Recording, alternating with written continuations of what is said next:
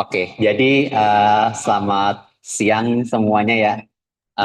Jadi sebelumnya perkenalkan dulu, nama saya Clementius Edward William Wiguna ya. Bagi yang belum kenal, kalau kalau mau panggil aja Edward aja ya, karena namanya kepanjangan. Oke, jadi saya di sini akan menemani kalian untuk mengajarkan study club untuk multimedia system ya untuk UAS ya. Oke, langsung next aja, next aja, next. Next. Ya.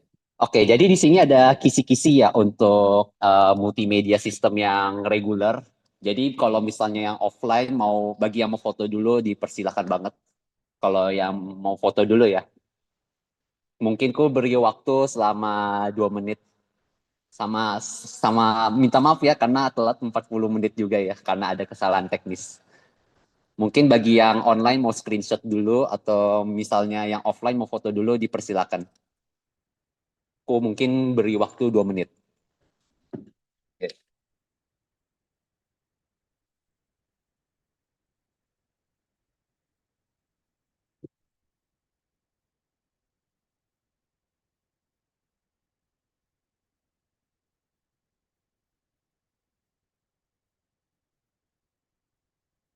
Oke, mungkin kita langsung next aja ya karena waktunya udah kepotong banyak. Lalu ini untuk kisi-kisi yang global class ya. Mungkin yang global class yang online boleh kalau misalnya mau screenshot dulu atau enggak yang offline boleh foto dulu ya boleh foto dulu dipersilakan ya. Oke, next aja langsung.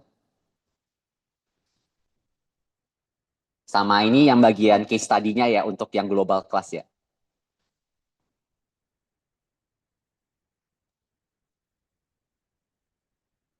Oke, langsung next aja.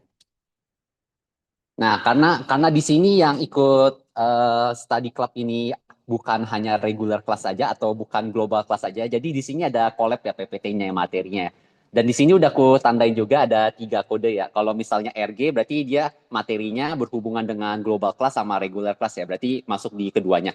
Kalau misalnya yang ada kodenya gini berarti ini masuk untuk ujian global class saja dan satu lagi kalau misalnya untuk yang R aja berarti masuk ke dalam regular class saja karena aku dapat 2 kisi-kisi. Oke, langsung naik aja. Oke, jadi untuk study club ini aku akan menjelaskan 6 hal. Yang pertama adalah WBS yaitu Work Breakdown Structure. Yang kedua yaitu adalah Control Delivery. Yang ketiga adalah Copyright. Yang keempat adalah Multimedia in Advance. Yang kelima Delivery Multimedia dan keenam Quiz jika ada waktu. Tapi kayaknya kita gak ada waktu sih. Oke, langsung next aja. Oke, jadi untuk kita langsung masuk ke materi pertama aja ya, Work Breakdown Structure ya. Oke, langsung next aja. Nah, ini sebelum kita masuk ke dalam work breakdown structure, aku ingin menjelasin dulu nih, apa aja sih tipe-tipe multimedia yang ada ya. Nah, kalau multimedia yang ada itu, dia ada 2 jenis. Yang pertama yaitu multimedia interaktif dan yang satu multimedia pasif. Kalau misalnya multimedia interaktif itu, bayangin kalau misalnya kau punya sebuah aplikasi, terus kalian bisa ngeklik-klik gitu. Itu namanya multimedia interaktif.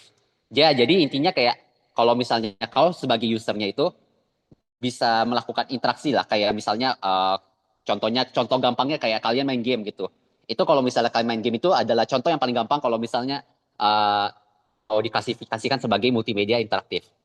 Nah, di mana pokoknya usernya itu bisa melakukan interaction lah. Kalau misalnya klik ini keluar interaksi apa gitu kayak contohnya button is klik atau enggak paling gampangnya kalau misalnya main game. Nah, contohnya seperti yang aku sebutin ya, ada game edukasi, ada e-learning ataupun dan semacamnya juga. Dan untuk selanjutnya ada juga multimedia pasif. Nah, kalau multimedia pasif ini bedanya cuman kayak kalau misalnya kalian punya multimedia nih, contohnya kayak kalian lagi nonton nih yang offline nih, itu namanya multimedia pasif. Karena kalian nggak bisa melakukan sebuah interaksi, karena kalian nggak bisa melakukan interaksi, cuma bisa nonton doang. Kayak kayak misalnya kalian nonton bioskop lah gitu. Itu kalau misal nonton bioskop atau gak sebuah film gitu, itu namanya multimedia pasif. Nah, itu apa namanya? Yang seperti yang aku bilang tadi, pengguna hanya bisa nonton, jadi penonton dan juga jadi pendengar aja gitu. Nah, contohnya seperti nonton film atau dengar musik. Oke, langsung next aja.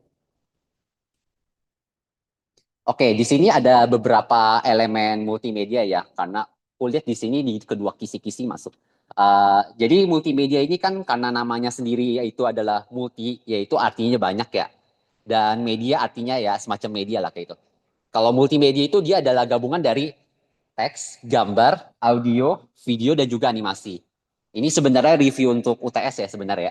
Oke, jadi teks itu dia dia fungsinya itu salah satunya yaitu untuk menyampaikan sebuah informasi. Contohnya kalau misalnya kalian scrolling IG atau gak TikTok gitu, kalau misalnya kayak kan kalau misalnya ada video kan pasti ada sebuah caption kan. Dia kan menjelaskan sebuah kontennya gitu. Yaitu adalah fungsi sebuah teks. Yang kedua adalah gambar. Gambar ini ya dia seperti tujuannya untuk menyediakan visualisasi yang statis, ilustrasi dan infografis gitu. Contohnya kayak kalau misalnya mau mendeskripsikan suatu tempat, biasanya orang-orang para multimedia itu suka pakai gambar gitu. Nah, untuk selanjutnya ada juga audio. Audio ini gunanya kayak kalau misalnya contoh kalian main game. Kalau misalnya main kayak rhythm games gitu tapi gak ada suara, kan rasanya kan kayak bingung gitu mau ketik yang mana gitu. Jadi tujuan kayak audio gitu lebih kayak buat untuk menambahkan suasana lah kalau misalnya kalian mau bermain gitu atau gak uh, dalam aspek multimedia ya gitu ya. Sama selanjutnya ada video. Video di sini adalah gabungan visual ataupun audio untuk menyampaikan informasi dinamis ya, gitu ya.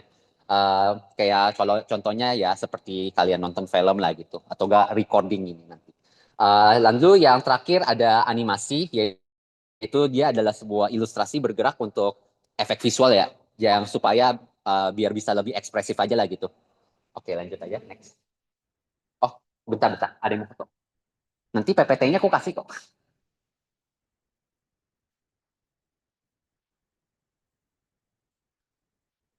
Oke, kalau gitu aku next aja ya. Oke, jadi kita langsung masuk ke materi inti kita ya, yaitu adalah work breakdown structure. Jadi apa sih work breakdown structure ya? Kita simak ya. Jadi work breakdown structure itu adalah kayak semacam alat kayak mungkin bisa dibilang mirip seperti flowchart, tapi sebenarnya nggak mirip ya. Uh, Dia adalah sebuah structure yang dimana ada dalam sebuah proyek multimedia. Dia kayak gunanya untuk membagi tugas-tugas gitu. Kayak contohnya kalau misalnya ada sebuah proyek, kayak ada yang mungkin gunanya untuk mungkin ada beberapa orang yang programming gitu atau ada beberapa orang yang kayak semacam desain gitu dan lain sebagainya. Dia kayak tujuannya itu untuk memecahkan proyek-proyek yang besar menjadi beberapa bagian-bagian kecil gitu. Tujuannya itu tujuan utamanya gitu. Nah, uh, ada juga beberapa tujuan yang aku sediakan juga ya di sini ya, yaitu untuk membuat proyek yang lebih besar, untuk membuat proyek besar menjadi lebih terstruktur. Maksudnya kayak gimana sih? Kayak yang tadi aku bilang aja gitu. Kalau misalnya ada proyek besar gitu, yang kayak contohnya bikin website binus lah gitu, atau gak semacam LMS gitu, yang paling gampang ya. Kan ada yang bagian semacam desain UI-nya gitu, ada yang nge-code gitu, dan lain sebagainya. Itu kalau misalnya semua dilakukan oleh satu orang, mustahil nggak? Ya mustahil dong, nggak bakal bisa. Nah makanya inilah tujuan dari work breakdown structure.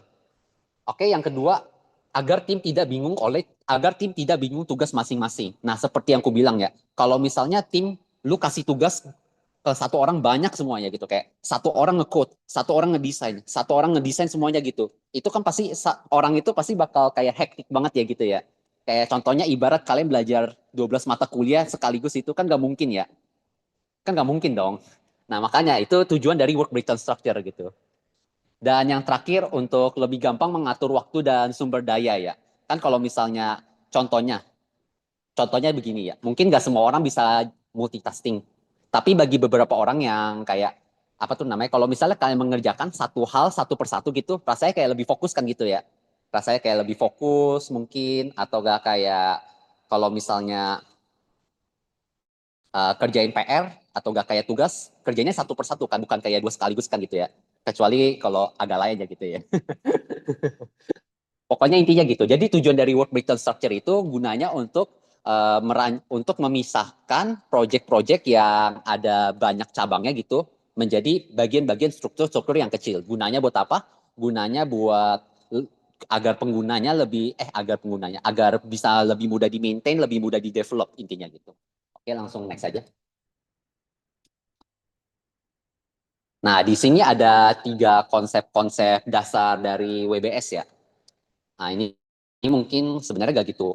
penting juga, tapi cukup tahu aja. Di sini ada contoh pertama yaitu adalah hierarki. Hierarki ini adalah kayak dia contohnya kayak sebuah WBS yang dimana semua project dapat dipecah menjadi beberapa sub project gitu, yang seperti tadi aku bilang ya. Dan di dalam hierarki ini dia juga pecah jadi beberapa tugas-tugas yang kecil. Contohnya kayak misalnya aku punya film. Di bagian film ada bagian produksi dan di dalam produksi juga ada rekaman dan juga sound editing gitu. Dan yang kedua ada deliverable base, yaitu dia lebih fokus ke output dari setiap tahapnya ya. Bukan dari aktivitas dan cara pengerjaannya gitu. Kayak misalnya contoh bilangnya lebih kayak ke oh storyboard selesai. Bukan kayak lebih ke kamu gambar storyboardnya kayak gimana gitu. Selesai atau enggak aja gitu kayak bukan gitu. Jadi bilang kayak kalau misal storyboard selesai, ya udah selesai aja. Bukan kayak storyboardnya lagi digambar-gambar dikit gitu atau enggak lagi mengerjakan, bukan gitu. Dia verbal base tipe WBS-nya gitu. Lalu juga ada 100% rule ya. Ini dia apa namanya? Semua pekerjaan yang dalam project itu harus tercakup dalam WBS. Jadi kayak misalnya contohnya aku ada buat WBS nih. Misalnya contoh yang gampang kayak yang tadi aku sebutin ya, WBS yang punya itu ya, yang punya LMS. Misalnya contohnya kayak aku punya WBS seperti ini. Contohnya seperti ini, misalnya aku punya LMS. Kan kalau LMS kan dia ada kayak apa tuh namanya? Ada semacam kayak itu session gitu. Session lagi. Ada yang bagian coding gitu. Kayak misalnya ini coding. Mungkin kalau misal di dalam coding ada kayak lanjutannya gitu, kayak mungkin coding apanya gitu, kayak coding forum dan lain sebagainya ya. Pokoknya kalau misalnya 100% rule itu, dia harus 100% harus mengikuti WBS-nya. Gak boleh kayak ntar kalau misalnya ntar tiba-tiba ada fitur baru mau ngarang aja lah gitu, nggak boleh. Itu namanya 100% rule. Jadi kalau misalnya kau udah bikin WBS ya harus ngikutin gitu. Oke, lanjut ya. Nah, ini mungkin ada contoh work breakdown structure-nya ya, mungkin ya contohnya ya. Mungkin kalau misalnya kalian mau lihat di sini. Kayak contohnya aku punya project, pasti ada perencanaan, pelaksanaan, dan uji pemakaiannya ya gitu ya. Dan bagian perencanaannya kayak ada dibagi menjadi beberapa, nggak usah. Ini ada apa namanya, ada dibagi menjadi beberapa cabang gitu. Lalu beberapa cabang gitu. Jadi kayak ada semacam kayak heading sama subheadingnya gitu lah. Contoh WBS-nya seperti gitu kurang lebih. Bingungnya gimana? Nanya aja. Aman ya? Ya udah aku lanjut aja. Oke. Jadi di sini seperti yang tadi aku bilang pas awal-awal ya, kenapa WBS itu penting?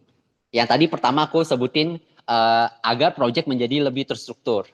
Dan manfaatnya kayak gimana? Kalau misalnya projectnya terstruktur kayak, bro, kalau misalnya mau suruh coding ya, kau udah tahu kan mau coding apa ya gitu kan? Kan udah terstruktur kayak. Kalau misalnya kalian kerja project, tapi kalau misalnya gak tahu tugasnya kayak, gue mau coding apaan? Gue bingung gitu. Itu tujuannya. Dan semua tahu tugas masing-masing. Nah, bayangin kalau misalnya satu orang dia kayak bingung mau kerjain tugas apa-apa. Kenapa bingung? Karena gak ada WBS. WBS-nya kayak misalnya contohnya kayak berantakan gitu, kayak satu orang kerjain apa jadi gak gitu jelas lah gitu. Nah, kalau misalnya pada gak tahu tugas masing-masing, akhirnya jadi apa?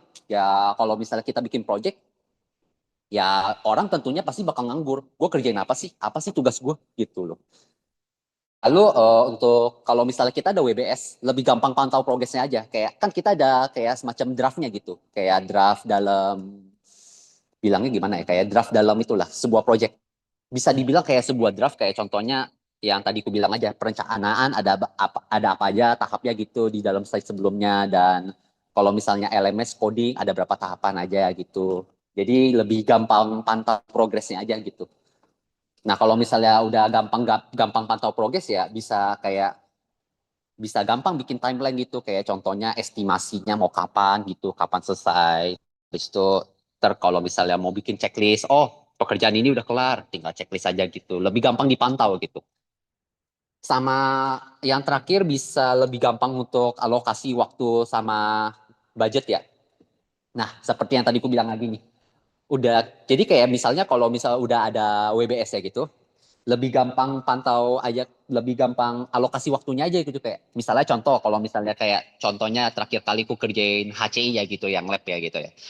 Mungkin contohnya kayak planningnya mungkin kayak, oh minggu pertama gue kerjain Figma-nya dulu, terus nanti minggu kedua mungkin gue baru kerjain HTML dulu, lalu minggu ketiga CSS atau GJS gitu.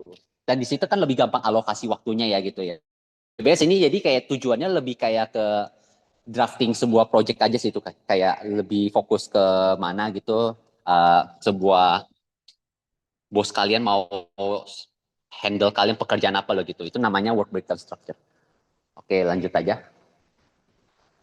Oh iya bentar. Hmm.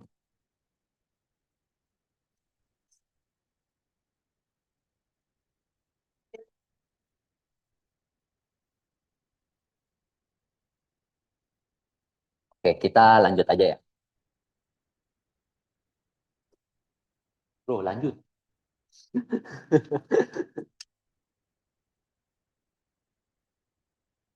Nah, di sini ada struktur navigasi ya. Nah, ini sebenarnya aku pengen jelasin pakai visualisasi aja sih biar gampang sih. Yang ini aku hapus aja ya.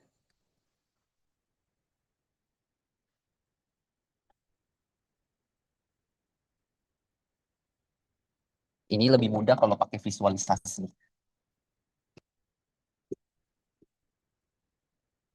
Oke, jadi kalau misalnya struktur navigasi multimedia itu dia terbagi jadi empat. Yaitu yang pertama adalah linear. Contohnya kalau misalnya aku punya aplikasi LMS aja deh, pakai contoh yang tadi. Misalnya aku punya aplikasi LMS projectnya. Kelihatan nggak yang online? Yang onsite kelihatan? Kelihatan nggak? Kelihatan ya? Oke. Dia ada struktur linear. Linear itu apa sih? Dia kayak, contohnya linear itu dia kayak navigasi secara berurutan. Navigasinya urut.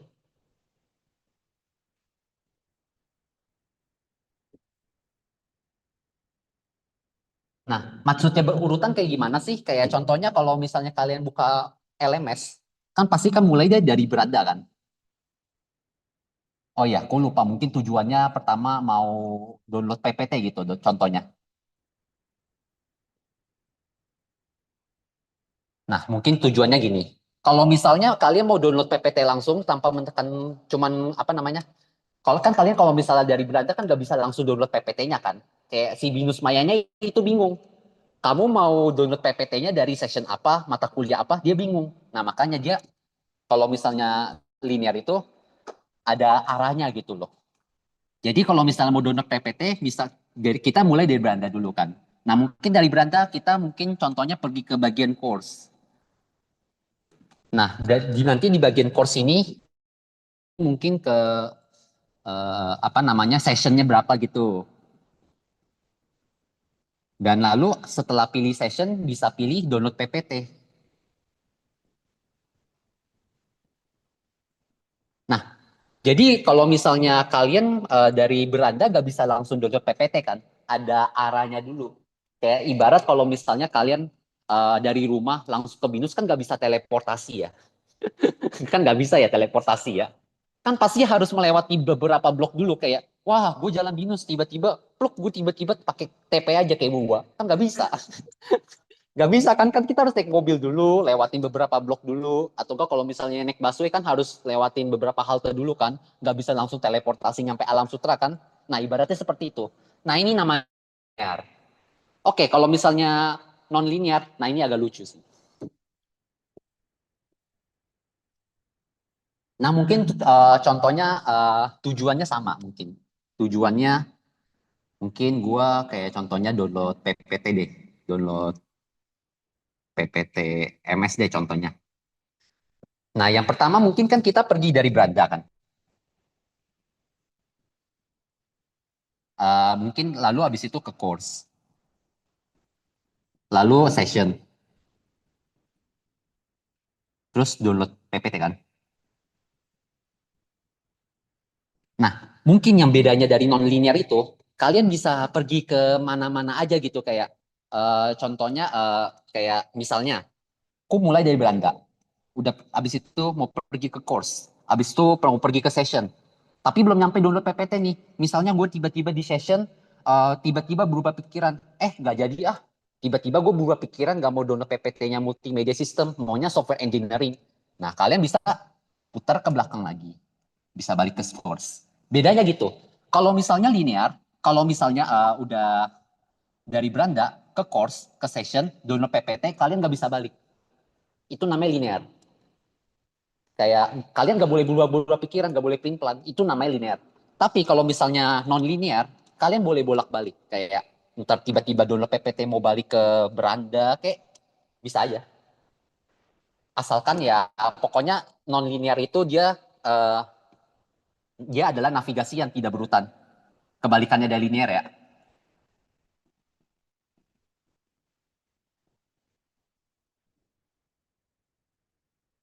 Ya, yang tidak berurutan. Ya, user dapat loncat kemana aja. Nah, yang terakhir ada hierarki, ada yang terakhir ada hierarki. Bentar. Terus selanjutnya ada hierarchical. Dan mungkin yang hierarchical aku gambar sini aja, soalnya agak panjang. Mungkin yang hierarchical ini agak sedikit panjang ya. Nah, hierarchical ini maksudnya apa sih? Nah, mungkin hierarchical ini contohnya kayak lebih kayak ke sebuah menu lah. Mungkin ku ambil contoh gampangnya dari akad akad service aja deh. Dia kayak contohnya menggunakan menu di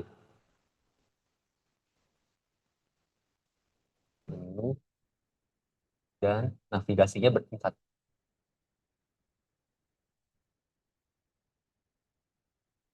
Ya, dia menggunakan menu sama navigasinya bertingkat. Nah, contohnya begini. Misalnya aku punya menu akad akad service ya, akad service binus. Aduh,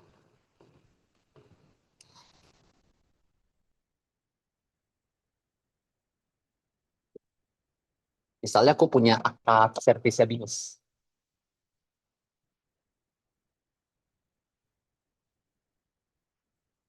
Nah, kalau misalnya contohnya tujuannya kita mau lihat score lab. Mungkin tujuannya kita mau lihat score lab. Nah, contoh misalnya kalian lihat ya, kalau misalnya dalam hierarchical itu kan pasti tampilannya ada kayak menunya kan, kayak contohnya ini websitenya gitu, pasti ada menunya kan.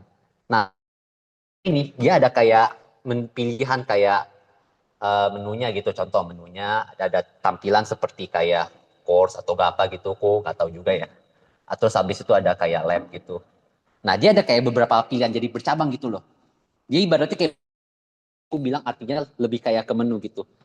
Nah, mungkin dari lab karena kita tujuannya mau lihat score lab, jadi mungkin kita pilih lab. Nah, dari labnya ini ada aja. Nah, dia bercabang lagi gitu. Dan contohnya mungkin dari labnya bisa kayak view course gitu. Dan mungkin ada kayak view recording, contohnya ya. Dan yang terakhir dari lab ini mungkin ada view score lab. Nah, ini kalau misalnya hierarchical, dia ada banyak pilihan lagi. Kayak dia bercabang. Namanya ya hierarchical. Kalau misalnya lebih gampangnya lagi sih, bilangnya kayak semacam tree sih. Lebih mirip ke gitu. Nah, mungkin karena kita mau pilih lihat score lab, nah yuk ada kita pilih. Tapi kalau misalnya kita pilih lihat score lab, mungkin ada beberapa cabang. Contohnya kalau misalnya anak multimedia, mungkin ada UX ya. Ada labnya UX, ada labnya gitu multimedia programming ya gitu ya. Nah udah, nanti kalau misal kalian contohnya pilih MPF ya baru kelihatan skornya. Mungkin sampai sini ada yang nangkep nggak? Atau mungkin yang online mungkin ada yang mau nanya gitu? Yang online ada yang mau nanya? Kalau misalnya ada yang mau nanya dipersilakan ya. Yang onsite mungkin paham? Aman sampai sekarang? Aman ya? Oke. Uh, Sama yang terakhir dia ada komposit. Jadi komposit itu aku nggak usah jelas lagi ya. Komposit itu dia adalah gabungan ya, gabungan dari antar navigasi lagi linear, non linear, hierarchical. Dia gabungan antara itu tiga gitu. Oke lah ada. Terus dalam empat struktur tersebut di sini Eh, ini udah foto? Udah foto belum? Belum. Udah foto belum? Belum. Mau dihapus? Foto dulu. Iya, foto dulu. Oh, udah.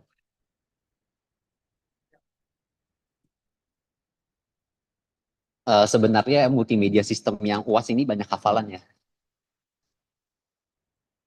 Udah foto. Oh, aku hapus yang ini ya.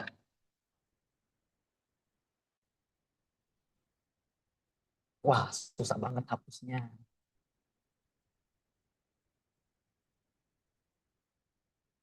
Wah.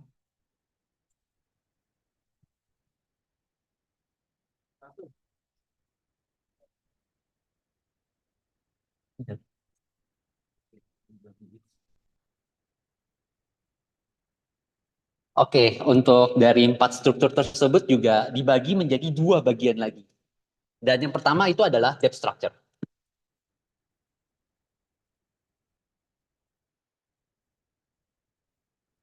Nah, jadi depth structure itu apa sih? Apa sih itu depth structure? Depth structure itu kayak intinya misalnya kayak aku punya sebuah web. Gak usah deh, gak usah sebuah web deh. Lebih gampang ATM aja deh, ATM, mesin ATM.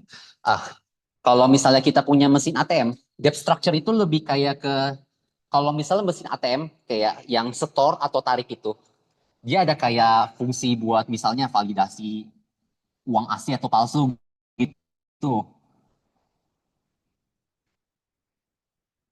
Terus, oh palsu. Terus selain validasi mungkin ada apa lagi kayak sistem validasi PIN gitu. Dan mungkin ada kayak display layar gitu. Dan di dalamnya mungkin ada kayak jumlah stok uang gitu. Nah, mungkin ada apa lagi ya. Pokoknya intinya kalau depth structure itu dia kayak menampilkan semua yang semua benar-benar semua yang ada di dalam sistem ATM tersebut. Bahkan mau contohnya ya kayak benar-benar bagian dalamnya kayak validasi uang gitu atau enggak kayak scan-nya kayak gimana. Kalian benar-benar perhatiin gitu. Tapi kalau misalnya surface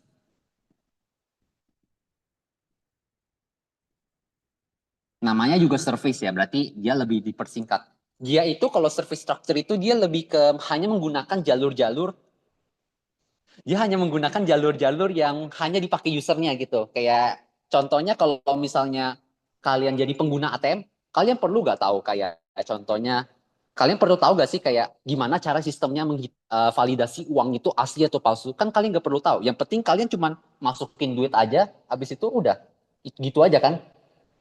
Kalian nggak perlu tahu kayak gimana sih cara mesin ini kayak validasi pin ini benar atau enggak gitu. Gimana sih cara kerja mesin ATM ini. Kalau misalnya surface structure, dia nggak kayak gitu.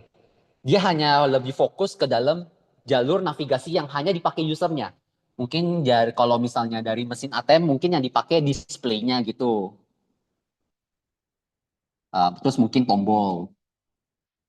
Oh iya, sama ngomong-ngomong kalau misalnya fungsi yang di surface structure harus ada di dalam depth structure juga ya, karena depth structure dia semuanya. Jadi kok di sini lupa tulis tombol.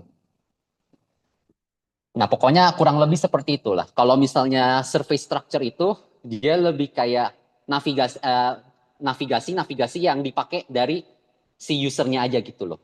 Mungkin kurang lebih seperti itu. Nangkep nggak? Mungkin yang online apakah ada pertanyaan gitu atau mungkin penjelasanku terbelat-belit. Yang offline mungkin apakah ada yang mau ditanyain? Yang offline aman? Aman ya. Oke, kalau gitu kita lanjut next slide aja. Wow. Oke, itu sudah berakhir dari WBS-nya. Mungkin nggak ada yang ditanyakan ya, udah cukup jelas sebelum ku melanjut ke bab berikutnya. Konten sama talent harus bentar. konten sama talent nanti dia ada di bab setelah ini deh kalau nggak salah. Aku nggak bisa lihat contoh PPT-nya karena aku pakai buat mic. Tapi seharusnya ada.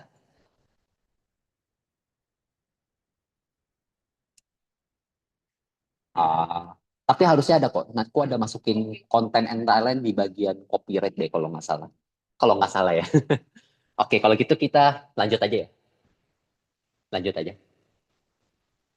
Nah, jadi yang pertama aku ingin menjelasin dulu nih, apa sih itu control delivery? Jadi control delivery itu adalah sebuah metode penyampaian konten multimedia yang terstruktur dan terkendali. Maksudnya kayak gimana sih? Kayak strukturnya ya kayak kalau misalnya kayak WBS tadi sih mirip sih, kayak kalian gambar-gambar strukturnya gitu. Terus habis itu pengguna juga harus mengikuti atur ya apa namanya harus mengikuti alur yang sudah ditentukan. Contohnya kayak waterfall gitu. Mirip mirip seperti waterfall. Kalau misalnya kayak contohnya Anda membangun rumah, kalian nggak bisa kayak tiba-tiba kalian kalau misalnya udah bangun ruangan ya tiba-tiba mau berubah pikiran ya harus hancurin rumahnya gitu kayak nggak bisa balik aja gitu. Itu apa namanya mirip waterfall. Dan control delivery itu dia ada beberapa tujuan ya. Yang pertama itu dia pastikan untuk dia itu memastikan gimana kontennya mudah untuk dipahami gitu. Lalu yang kedua kontennya itu juga disampaikan secara berurutan. Contohnya kayak kalau misalnya kalian main game RPG itu mungkin ku ambil HSR contohnya ya. Ku ambil HSR. Kalian kalau misalnya kalau kalian kalau misalnya mulai dari story ini kayak tiba-tiba gak bisa loncat aja ke ending gitu. Kalian harus mengikuti story-nya dari awal hingga akhir. Gak bisa kayak nge-skip gitu. Kan gak bisa nge-skip kan HSR? Gak bisa. Nah gitu contohnya gitu ya. Lalu yang ketiga umumnya untuk tracking kemajuan pengguna. Nah seperti yang aku bilang, karena control delivery itu dia terstruktur, jadi lebih gampang untuk men-tracking penggunanya udah sampai mana aja, kayak udah berapa persen jadinya gitu, kayak kurang lebih seperti itu. Dan yang terakhir dia cocok untuk pembelajaran ya, ataupun tutorial dan presentasi formal. Nah itu apa namanya kalau misalnya cocok untuk pembelajaran ya, kalau misalnya pakai control delivery, kalau misalnya kayak dia ngejelasin itu ya ngejelasin itu terus gitu, kayak sampai ini selesai baru bisa maju gitu loh. Dia makanya aku bilang control delivery method ini lebih mirip kayak waterfall ya. Oke, next slide aja. Oke, ini untuk yang anak-anak global ya, palingan ya. Sebenarnya ini yang di bagian reguler gak masuk, makanya di sini aku tulis yang kodenya G. Di sini ada prinsip desain ya, kalau misalnya ada soal gambar, nggak tahu ya.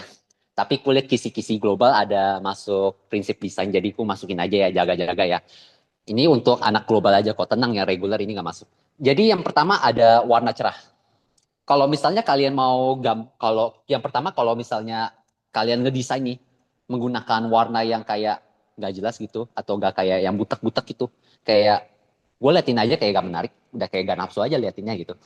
Kalau misalnya warnanya cerah kayak catching gitu, pasti pengguna lebih kayak wah langsung kayak lebih menarik perhatian aja gitu kayak contohnya ya. Kalau misalnya aku melihat tombol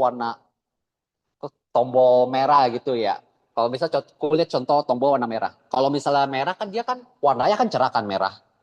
Merah warnanya cerah, kontrasnya tinggi, otomatis secara tak langsung dia lebih attract attention kepada usernya.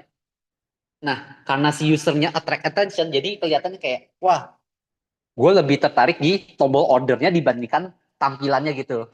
Makanya ini contohnya kalau misalnya TikTok dia menggunakan warna gelap, dia itu gunanya itu supaya kita lebih fokus kepada kontennya bukan ke backgroundnya. Makanya dipakai warna gelap.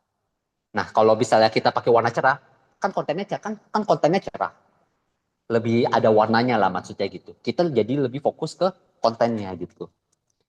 Lalu yang kedua ada font besar yang jelas ya. Ya jelas lah. Contohnya kalau misalnya aku tulis kecil-kecil di papan tulis kan nggak mungkin kelihatan ya. Ya iyalah. Apalagi bagian di belakang.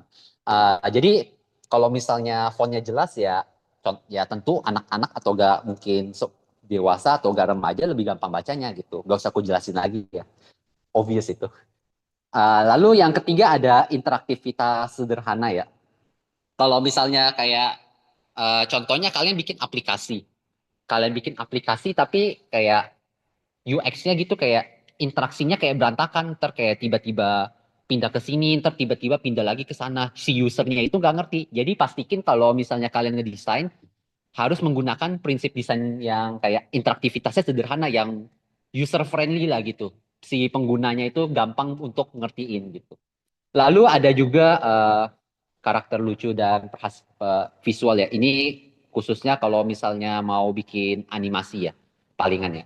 Ya, jadi di sini gunanya untuk membantu menarik perhatian dan menjaga engagement aja sih. Oke, lanjut aja.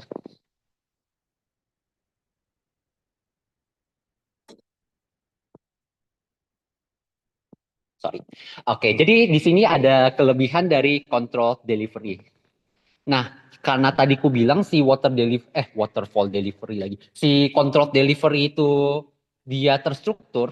Jadi terstruktur lagi. Gua karena si control delivery-nya itu dia bersifat mirip waterfall, jadi lebih gampang untuk nge-track progresi usernya gitu. Dia lebih terstruktur dan sistematis. Jadi kayak usernya itu bisa mengikuti urutannya ditetapkan oleh developer dari awal hingga akhir. Jadi kayak usernya nggak loncat-loncat kayak gitu, kayak tiba-tiba maju mundur kan usernya jadi bingung gitu. Dan yang kedua adalah untuk memastikan semua materi disampaikan. Nah, bayangin aja kalau misalnya kalian ngediktein orang dari 1 sampai 50 nomor gitu, ngediktein. Tapi kalau misalnya kalian acak pasti kan kayak Twitter tiba-tiba mulai dari 8 atau enggak mulai dari 17 gitu. Ntar kalau misalnya kayak udah mau akhir-akhir kayak ini nomor 3 aku udah diktein belum sih? Nah, kayak kurang lebih begitu.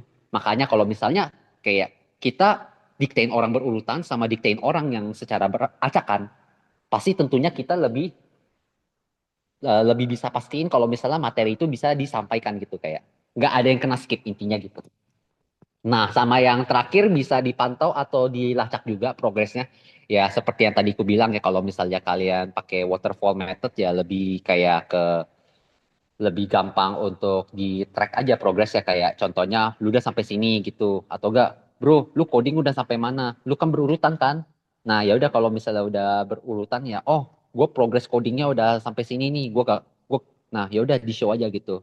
Jadi kalau misalnya eh, karena si control delivery-nya itu dia bersifatnya berurutan, jadi bisa lebih gampang untuk dipantau sama dilacak juga progresnya. Nah oke lanjut next aja.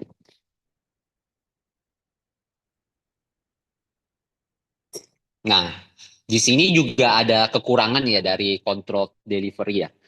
Yang pertama dia kurang fleksibel. Kurang fleksibelnya gimana sih, kayak kalau misalnya kalian mau ekspor kontennya itu kayak gue tiba-tiba mau loncat ke akhir itu nggak bisa karena si control delivery itu dia harus berurutan. Jadi makanya kalau misalnya si control delivery itu dia tidak cocok untuk konten yang bersifat eksploratif, kayak contohnya museum digital lah gitu. Kalau misalnya kita mau eksplor museum digital kan pasti kita mau eksplornya yang kita tertarik-tarik aja kan. Kalau misalnya kita kayak apa tuh namanya, kita harus mengikuti dari awal hingga akhir, mungkin dari sisi beberapa usernya itu mungkin lebih kayak ke boring gitu. Nah, makanya kurang cocok ya. Nah, yang kedua juga tidak disukai oleh user mandiri. Maksudnya user mandiri itu seperti apa sih? Kayak user mandiri itu contohnya lebih kayak ke oh, aku misalnya mau ekspor bagian ini nih atau gak mungkin mau ekspor bagian ini secara sesuka hati gue lah gitu, nggak bisa karena si control delivery itu harus berurutan gitu dari 1 sampai 10, nggak bisa ntar tiba-tiba kayak oh tiba-tiba mau ke 5 dulu atau enggak gue mau ke 8 mau ke 3 loncat-loncat, itu nggak bisa karena control delivery itu dia bersifatnya berurutan.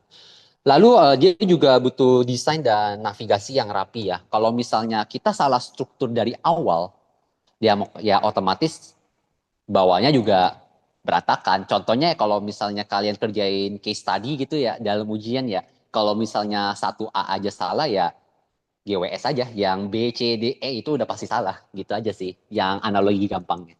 Oke, next aja.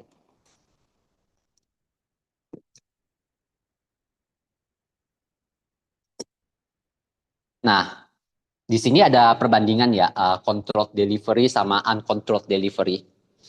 Nah, yang kalau misalnya controlled itu seperti yang aku bilang ya, navigasinya itu dia berurutan. Kalau misalnya uncontrolled, kebalikannya ya, dia bisa loncat-loncat.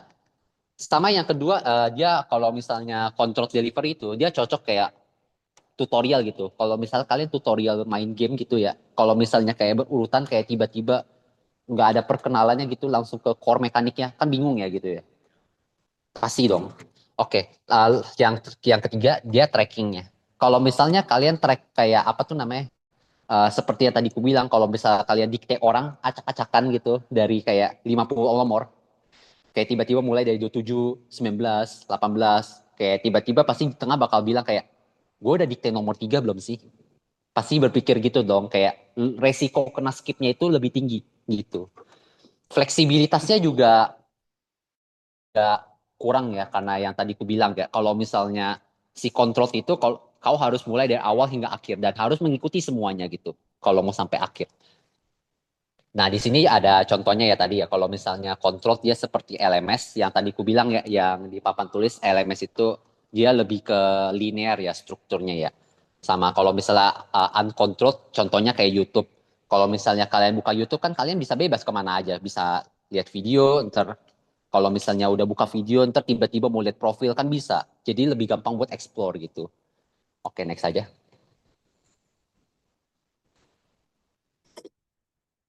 Nah, di sini ada AI juga ya. Kalau dalam control delivery ya.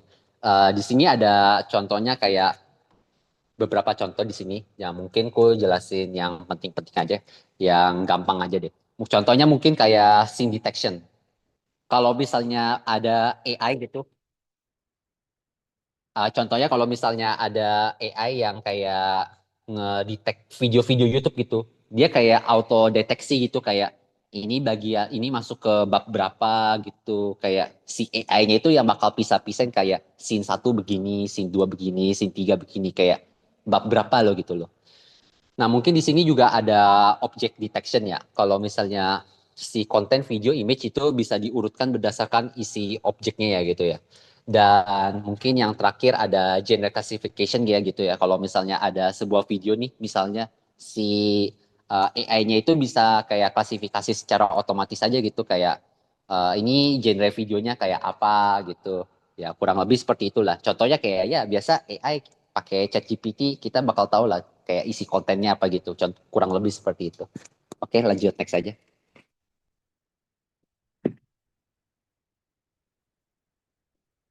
Oke, di sini untuk anak global ya, karena tadi ku lihat kisi-kisinya masuk, jadi ku jelasin aja. Eh, ada beberapa bentuk interaktivitas dalam multimedia ya. Kalau contohnya seperti klik. Kalau misalnya si user klik tombol itu dia kayak si usernya itu kayak ya kalau misalnya klik ya ya udah tinggal memberikan interaksi aja gitu atau gak kayak navigasi gitu. Kalau misalnya eksplorasi ya si usernya itu kayak bebas untuk menjelajahi konten aja kayak contohnya peta interaktif lah gitu kayak kalau misalnya lu interested di bagian ini, bisa klik aja bagian itu. Dan di sini ada audio guide ya. Kalau misalnya audio guide ya mungkin contohnya kayak tour online lah gitu. Kalau misalnya tour online kan kayak kita sambil jalan-jalan sambil ada ya ada suara yang ngedampingin kita kayak kayak ini apa gitu atau enggak mungkin ini gedung apa gitu dan lain sebagainya. Dan drag and drop ya. Dan mungkin ini drag and drop ini lebih sering dipakai untuk F&B games ya gitu ya. Dia kayak melakukan interaksi dengan memindahkan elemen visual yang ada gitu kayak mungkin contohnya kayak game cooking fever lah atau kayak cooking mama gitu ya, yang paling gampang ya. Oke, next aja. Nah, ini juga untuk anak global ya. Di sini ada beberapa prinsipal atau gak mungkin aturan-aturan dalam desain user interface ya gitu ya. Jadi contohnya UI adalah gabungan dari tampilan grafis dan sistem navigasi ya. Mungkin ada beberapa contoh UI bagus itu seperti apa. Mungkin ini masuk ke dalam case study-nya ya gitu ya. Jadi kayak kalau misalnya kalian ngedesain UI perlu perhatikan ini. Yang pertama yaitu ada kontras jelas, yaitu ya tentunya kalau misalnya kontrasnya agak jelas ya si user jadi bingung gitu. Ada juga banyak ruang kosong ya kalau misalnya konten kalian kepadatan ya otomatis si usernya kayak males aja gitu bahasanya, kayak terlalu penuh gitu, kayak gak ada white space-nya gitu. Dan yang ketiga, gunakan highlight seperti warna terang untuk informasi penting yang tadi ku bilang ya. Kayak contohnya tombol order itu memberikan warna kontras yang terang gitu. Jadi lebih menarik perhatian si usernya. Lalu yang keempat, hindari warna bentrok. Kayak tiba-tiba layarnya banyak banget warnanya, kayak gue lihat aja kayak gue udah picek males lihat websitenya gitu. Pasti user bakal begitu kalau misalnya warnanya banyak bentrok gitu. Sama ada include fitur-fitur bagus ya. Kayak contohnya ya mungkin fitur-fitur yang berguna lah bagi user, kayak contohnya dalam Tokopedia gitu. Ada fitur filter kan, jadi si user bisa lebih gampang cari produk yang dia mau. Dan contohnya kurang lebih seperti itu. Oke, next saja. Oke, nah mungkin ini bagian yang ditunggu-tunggu nih. Nah, tapi sebelum kita masuk ke dalam copyright, apakah ada yang mau ditanyakan mungkin yang di Zoom atau yang onsite? Silakan nanya aja kalau mau. Efek suara yang norak kayak tiba-tiba kayak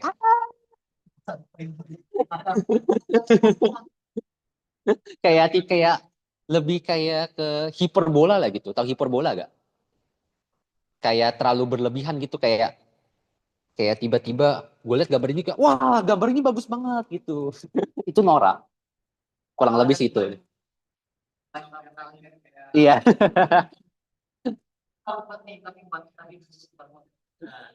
Ah, mungkin apakah terjawab pertanyaannya? Ya udah, oke. Yang online ada yang nanya? Kalau yang online kalau misalnya mau nanya, nanya aja ya, nggak apa-apa ya. Gue gak bakal gigit kok, santai. Nggak ada ya. Oke, karena nggak ada yang mau ditanyakan, jadi ku langsung lanjut aja ya ke bagian copyright. Tenang, ini copyright gampang kalau misalnya ku jelasin kok. Oke, lanjut aja. Nah, kalian pasti tahu dong copyright itu apa. Ya, copyright itu ya, kalau misalnya kalian dengar copyright pasti udah tahu dong, di dalam pikiran kalian udah termasuk hukum gitu. Nah, benar. Copyright itu adalah hak hukum yang dipunyai oleh sebuah pencipta ya atau pemilik karya multimedia. Gunanya buat apa sih copyright? Kayak kenapa sebuah project itu harus ada copyrightnya? Nah, tujuan itu kayak kan banyak kan orang yang kayak suka plagiat gitu, kayak curi-curi ide orang gitu, atau enggak kayak ya intinya kayak curi-curi ide orang lah gitu, kayak oh ini konten gua, kenapa lu curi-curi gitu, ini milik gua. Nah itu gunanya copyright gitu loh. Nah, artinya dari copyright itu kita tidak boleh menggunakan karya dari orang lain tanpa memiliki izin khusus. Nah, contohnya kayak kalau misalnya kita punya izin khusus ya, mungkin ada release form. Nah, tenang kok, nanti release form ini aku bakal jelasin di slide-slide berikutnya. Nah, di sini ada beberapa fungsi copyright ya. Contohnya kayak untuk melindungi karya dari sebuah kreator ya. Kalau misalnya kalian bikin konten ya, terus habis itu dicuri-curi banyak orang ya, rasanya gimana sih? Kayak risih nggak sih gitu? Iri sih kan? Nah, ya udah. Terus habis itu ada juga kayak memberikan hak eksklusif untuk menggandakan, mengubah, atau menyebarkan karya.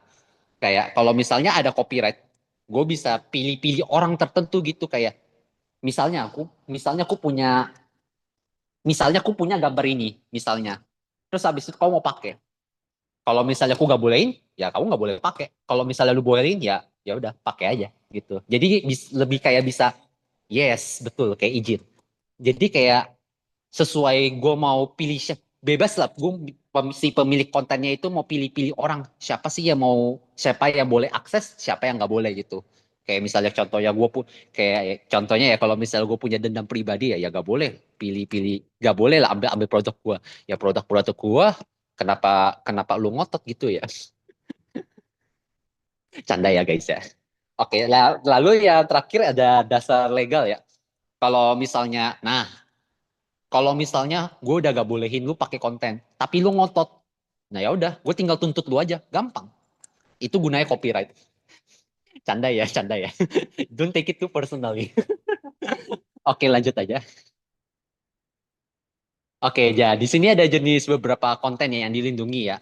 Copyright sih sebenarnya bisa ngelindungi banyak hal ya. Yang pertama kayak ada audio, video, gambar. teks dan juga kode program ya. Bahkan coding aja juga ada copyrightnya. Pusing gak sih? Ya pusing sih. Ya ini udah kalian bisa lihat aja ya kayak kalau audio ya lagu dan lain sebagainya gitu. Bisa dilihat dari tabel ini aja. Kayaknya ini aku nggak perlu jelasin lebih detail lagi. Oke, lanjut next aja. Nah, ini dia. Kalau ini akibatnya kalau misalnya kita melanggar copyright. Ini kalau nggak salah ada di PPT sesi itu deh, sesi 10 deh yang content and talent deh, kalau nggak salah ya. Ini ada beberapa akibat ya. Kayak contohnya kayak apa tuh namanya? Kayak contohnya misalnya kita upload video yang punya copyright ke YouTube. Ya kalau ya aku sendiri pernah coba YouTuber ya pas aku kecil ya. Jujur aja aku pernah coba coba coba bikin YouTube ya dan tiba-tiba kayak aku bingung aja kayak wah kenapa tiba-tiba ada copyright strike. Nah itu kalau misalnya kita ambil itu kalau misalnya kita ambil hak orang lain tanpa izin jadi makanya kena copyright gitu atau contohnya bahkan kita mengambil musiknya aja itu udah kena copyright. Nah akhirnya apa jadi kena take down video kita gitu, bisa kena take down atau gak mungkin bisa kena denda dan lain sebagainya gitu. Tapi mendingan kena take down aja sih daripada kena denda gak. Nah di sini ada beberapa akibatnya ya. Mungkin ku salah. Mungkin akibatnya yang ini aja. Ini kayaknya aku belum edit. Sorry ya. Ada bugnya. Oke, lanjut. Mungkin next aja. Nah, di sini ada beberapa cara untuk menghindari copyright ya. Mungkin ini masuk ke dalam studi kasusnya yang reguler, tapi kalau global, setahu yang ku baca dari kisi-kisinya ini nggak masuk harusnya. Jadi ini khusus yang reguler aja ya. Dan jadi kalau misalnya kita mau menghindari copyright, kita kalau bisa gunakan konten yang bebas lisensi kayak copyright free copyright sound. Contohnya kayak NCS, no copyright sound. Mungkin beberapa orang ada yang tahu nggak NCS? Tahu lah NCS ya. Tahu lah ya, pasti nggak kenal asing lagi ya. Itu kan channel terkenal NCS. Nah, contohnya kalau misal kita mau ambil lagu ya ambil yang bebas lisensi aja gitu. Ya kayak kalau misal lalu ambil lagu-lagu ya kayak Michael Jackson kan pasti copyright kan gitu. Atau kayak lagu-lagu kayak Chainsmokers kan pasti copyright kan. Nah, tapi kalau NCS kan enggak. Nah, bedanya itu. Atau enggak kita bisa juga nih beli lisensi resmi. Contohnya kayak misalnya aku punya kontennya. Misalnya aku punya kontenku, punya eh misalnya aku apa namanya? Misalnya ya aku punya konten lah intinya lah.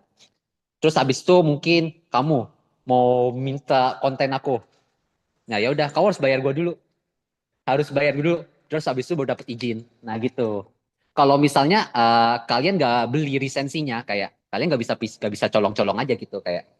Jadi kayak ibaratnya kayak tujuan beli lisensi resmi itu kayak win-win situation aja gitu kayak lu untung, gua untung gitu. Jadi lu boleh pakai konten gua dapet cuan gitu. Kurang lebih gitu. Atau enggak kalau misalnya mau bikin dari copyright ya buat aja konten sendiri. Kalau misal buat konten sendiri ya kan nggak mungkin kena copyright kan itu ide lu gitu loh.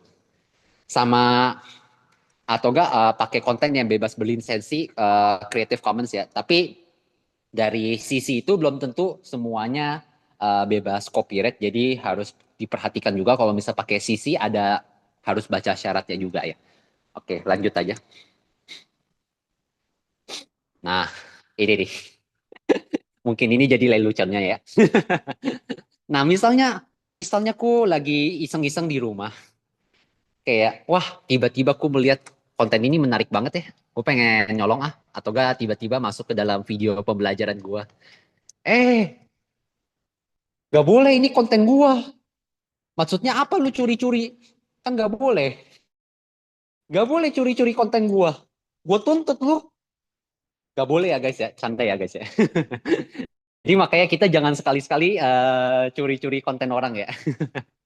Makanya kalau misalnya curi-curi konten orang kayak pasti kan bakal kena copyright. Udah kena copyright, lu kena tuntut, lu di penjara, pokoknya ribet dah kemana-mana dah asli. Pokoknya intinya jangan coba-coba kena copyright ya guys ya. Kecuali kalau misalnya rumah kalian mau digerebek kayak dia. Oke, kita next aja. Canda ya guys ya. Oke, lanjut. Jadi, nah ini yang tadi ku jelasin dari awal-awal nih. Kalau misalnya kalian mau pakai konten orang, harus ada release form.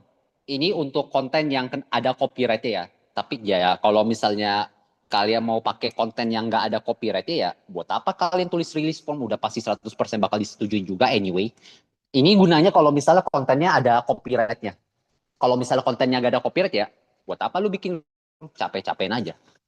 Jadi jadi mungkin kalian bakal bertanya-tanya, release form itu apa sih? Kok bisa disetujuin? Nah, release form itu dia kayak seperti sebuah surat pernyataan tapi untuk peminjaman konten lah gitu, atau gak kayak pakai konten.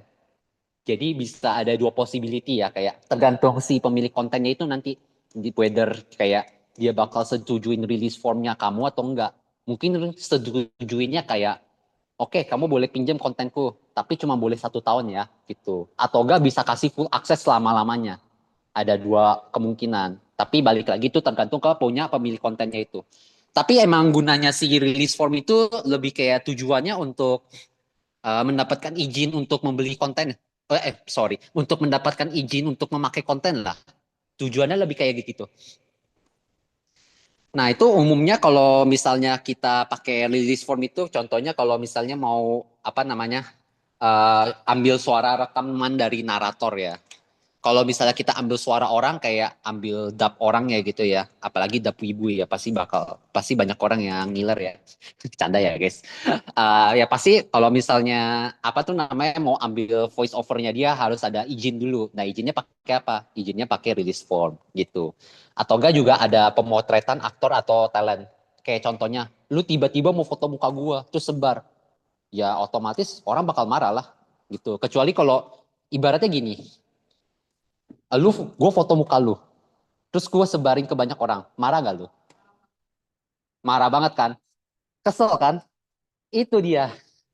Jadi makanya kalau misalnya kayak, misalnya gue foto muka lu, tapi gue bilang, bro izin foto, izin sebarin ke teman gue ya, pasti bakal lebih menerima lah gitu, kayak nggak marah lah gitu. Ibaratnya kayak gitu, itu tujuan, itu release form mirip banget seperti itu. Kira-kira nangkep ya sampai sini ya? Nangkep ya? Udah aku pakai analogi nih. Oke lanjut aja. BTW kalian lebih pilih santai kan daripada formal ya? Lebih pilih santai kan? Ya udah, jadi aku pakai analogi aja ya. Oke, jadi ini rilisnya apa aja sih? Jadi isi dari release form itu ya basically lebih kayak ke surat pernyataan aja sih, kayak contohnya kalau misalnya kalian mau ajuin beasiswa, kalian kan pasti bakal tuliskan ajuin beasiswanya untuk siapa gitu. Nah, makanya di sini sama seperti release form. Kalau misalnya kalian mau pakai release form, harus ada nama pihak. Kalian mau pinjam sama siapa gitu. Lalu juga ada jenis konten yang diizinkan, kayak kamu pinjam apa gitu. Kayak kalau misalnya release form tapi kau gak tulis apa yang mau dipinjam, si yang punya konten bingung dong. Gue mau kasih izin buat apa gitu loh. Sama di sini juga ada tujuan penggunaannya juga ya, kayak ibaratku kayak gini. Gue mau foto muka lu. Bisa ibarat gue mau foto muka lu, tapi kayak, bro, gue pinjem ya. Orang kan pasti bakal tanya, kamu ambil foto gue buat apa? Nah itu. Jadi sebuah release form itu harus ada tujuannya. Dan juga harus ada tanda tangan ya. Ya jelas lah, kalau gak ada tanda tangan, bisa janji bohong dong. Ya iya dong. Obvious ya. Sama mungkin ada tanggal berlaku ya. Tapi ini tanggal berlaku mungkin opsional ya. Kecuali kalau misalnya, tanggal berlaku ini mungkin berlakunya kalau misalnya kalian mau pinjam kontennya temporary gitu. Kalau misalnya pinjam konten selamanya ya nggak usah pakai tanggal berlaku. Ya gitu. Oke lanjut aja. Oke. Uh, Jadi aku ingin jelasin juga ya, kenapa kalian harus membuat release form kalau misalnya kalian mau pinjam atau memakai karya orang lain. Nah, yang pertama itu ada di legalitas. Nah, kalau misalnya nah contohnya kayak gini, aku punya surat perjanjian, terus habis itu udah tanda tangan sama kamu. Terus tiba-tiba lo mau berubah surat perjanjian itu. Nggak boleh. Kan gue udah tanda tangan. Kan udah sepakat. Tiba-tiba kalau misalnya dealnya berubah, kalian nggak bisa. Nah, makanya di sini legalitas. Kalau misalnya udah tok ya udah tok. Contoh simpelnya lebih kayak gini lah. Kalau si hakim udah ketok palu, udah sah. Kalian nggak boleh ngebantah. Ibaratnya kayak gitu. Nah, yang kedua ada etika juga sih. Kalau misalnya kalian pinjam, kalau misalnya kalian mungkin kayak pinjam konten sama temen ya gitu ya. Tapi ya tergantung persahabatan kalian juga sih. Kayak contohnya kalau misalnya kalian pinjam dengan izin, si temennya itu pasti merasa lebih nyaman kan? Tentu dong, tentu, tentu merasa lebih nyaman. Kalau misalnya kita pinjam HP orang tanpa izin, gue langsung ngambil, terus bawa kabur. Ngapain lu bawa HP gue? Lu mau nyopet? Gak boleh. Ya, makanya di sini ada fungsi ke etika juga, gitu. Dan yang terakhir ada kepastian penggunaan ya. Jadi kalau misalnya kayak lu tulis release form, kan ada tujuannya tuh. Ada tujuannya kayak, jadi kayak si pemilik kontennya itu bisa tahu, oh berarti orang ini mau pinjam kontenku buat ini gitu. Dan tujuannya untuk ini gitu. Jadi kalau misalnya tiba-tiba udah tanda tangan, tiba-tiba disalahgunain, bisa lu tuntut gitu. Oke, mungkin sampai sini paham nggak? Paham banget. Ya paham banget lah, kan seru. Oke, next aja. Next aja, next. Oke, ini yang tadi ku bilang ya. Kalau misalnya kalian nggak pakai release form, seperti meme yang tadi ku kasih di PPT ya. Kalau misalnya, kalau misalnya kalian curi-curi konten orang tanpa milih izin, bisa dituntut. Apalagi kalau misalnya yang ada copyrightnya. Nah itu tujuannya ya, salah satunya ya. Dan kalau misalnya ya otomatis lah. Kalau misalnya kalian kayak bro, kayak tiba-tiba kayak pinjam HP orang, terus habis itu bawa kabur gitu, nggak ada angin, nggak ada apa. Nah, kalau misalnya kayak kalian pinjam HP tiba-tiba bawa kabur, ya kalian bakal dicap gak sopan dong. Udah bakal dicap gak sopan, ya reputasi lu bakal jelek. Kayak orang orang itu pasti berpikir kayak apaan sih nih orang, kayak diajarin etika gak sih, gak jelas banget.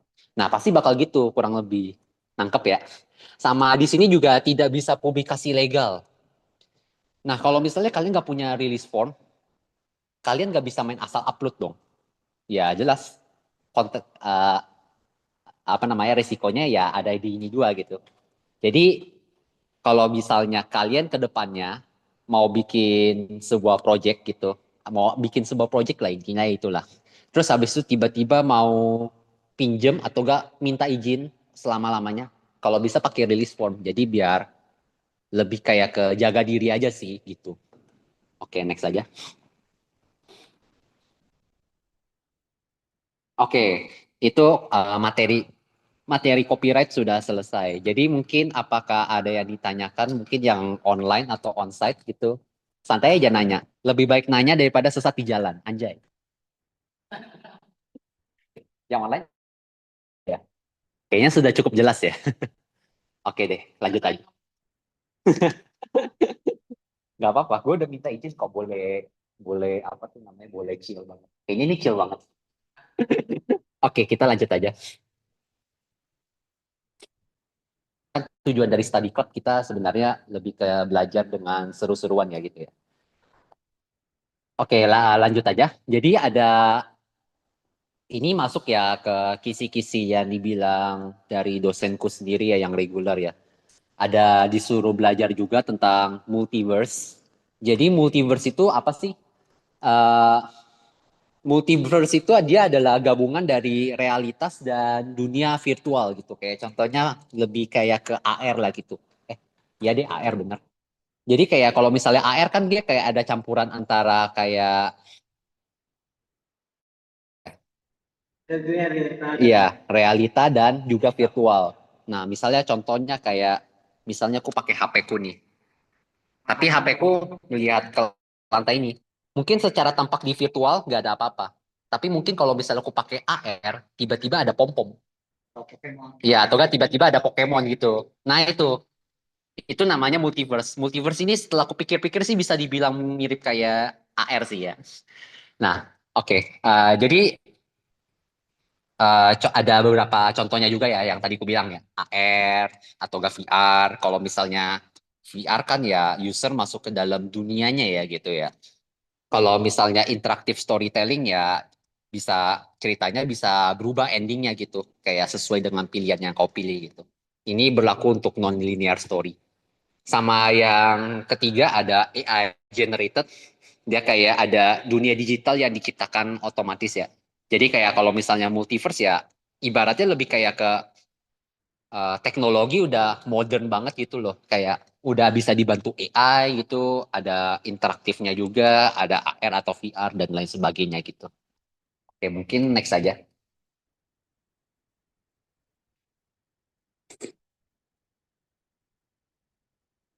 Oke, kita lanjut. Ini sebenarnya aku ada lihat di materi multimedia in advance ya kalau nggak salah ya. Ada di PPT sesi berapa aku lupa, sesi 11 ya kalau nggak salah. Jadi aku masukin aja ya jaga-jaga ya. Tapi aku nggak tahu ini masuk atau enggak. Jadi jaga-jaga aja ya bagi yang reguler. Eh, jadi ada beberapa perbedaan dari GIF sama SVG. Sebenarnya ini mirip sih sama dari bitmap sama iya mirip UTS, tapi bedanya ini untuk GIF yang gambar bergerak-gerak. Kalau UTS kan bitmap sama vector image kan. Nah sama. Kalau GIF ini dia bitmap, dia mirip bitmap. Kalau SVG dia mirip vektor gitu. Kenapa bisa mirip? Nah ini aku jelasin. Nah jenis ini kalau si GIF ini dia berbasis pixel. Makanya aku bilang mirip bitmap kan. Bitmap kan dia pixel. Sama kalau misalnya vektor, dia kayak ya garis-garis dan rumus matematikanya aja loh gitu. Kayak misalnya kayak contohnya gini. Misalnya aku adalah layar komputernya gitu. Misalnya aku adalah layar komputernya. Terus habis itu ada si user gitu di depanku, misalnya lagi pegang mouse contohnya. Egbert, zoom dong. Kalau misalnya dia suruh aku zoom, si komputer itu saya yang maju. Jadi ibaratnya kayak si komputernya itu kayak menggambar ulang, tapi lebih besar aja gitu. Kalau misalnya pakai vektor, dia gak pecah-pecah. Nah, kalau misalnya bitmap, contohnya aku di sini, si user minta zoom, ya berarti si kamera usernya yang zoom, makanya pecah-pecah. Kalau misalnya kalian pakai kamera gitu, itu sih analoginya. Kurang lebih mirip sih, seperti bitmap sama vector image. Tapi cuman bedanya ini animasi untuk gambar animasi aja.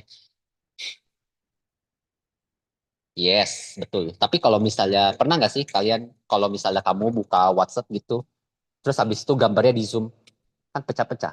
Itu GIF. Yes, betul. Itu bitmap.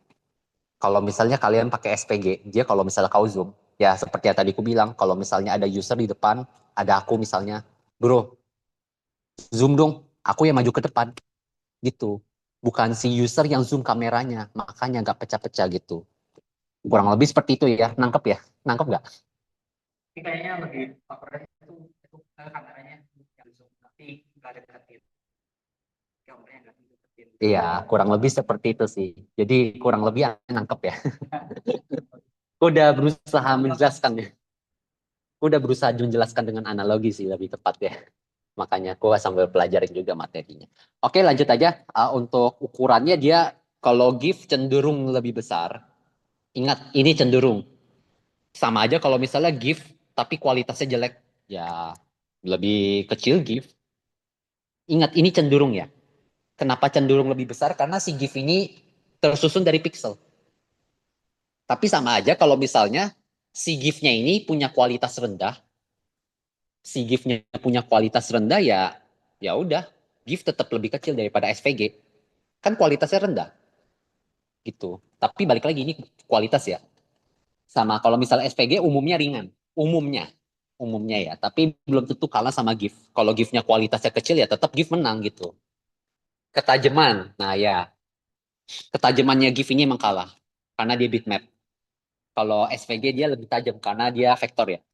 Sama ya cocok lah kalau GIF pasti kalian tahu lah kalau misalnya WhatsApp ada stiker-stiker bergerak gitu atau gak kayak orang-orang bergerak itu pasti pakai GIF ya bukan SVG ya nggak mungkin ya. Sama kalau misalnya SVG ini lebih cocok untuk logo-logo yang bergerak-gerak lah gitu. Ya, kurang lebih seperti itu. Oke, next aja.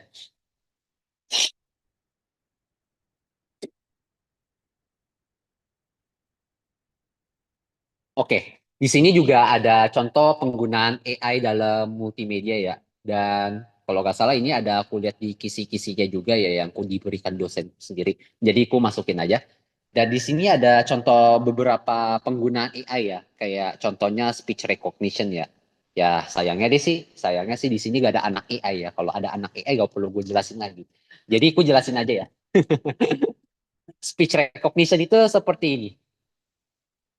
Ibarat ibarat apa tuh namanya? Ibaratku ibarat di sini adalah usernya dan aku adalah AI-nya ya. Contoh aku adalah AI. Ya, saya adalah orang lah.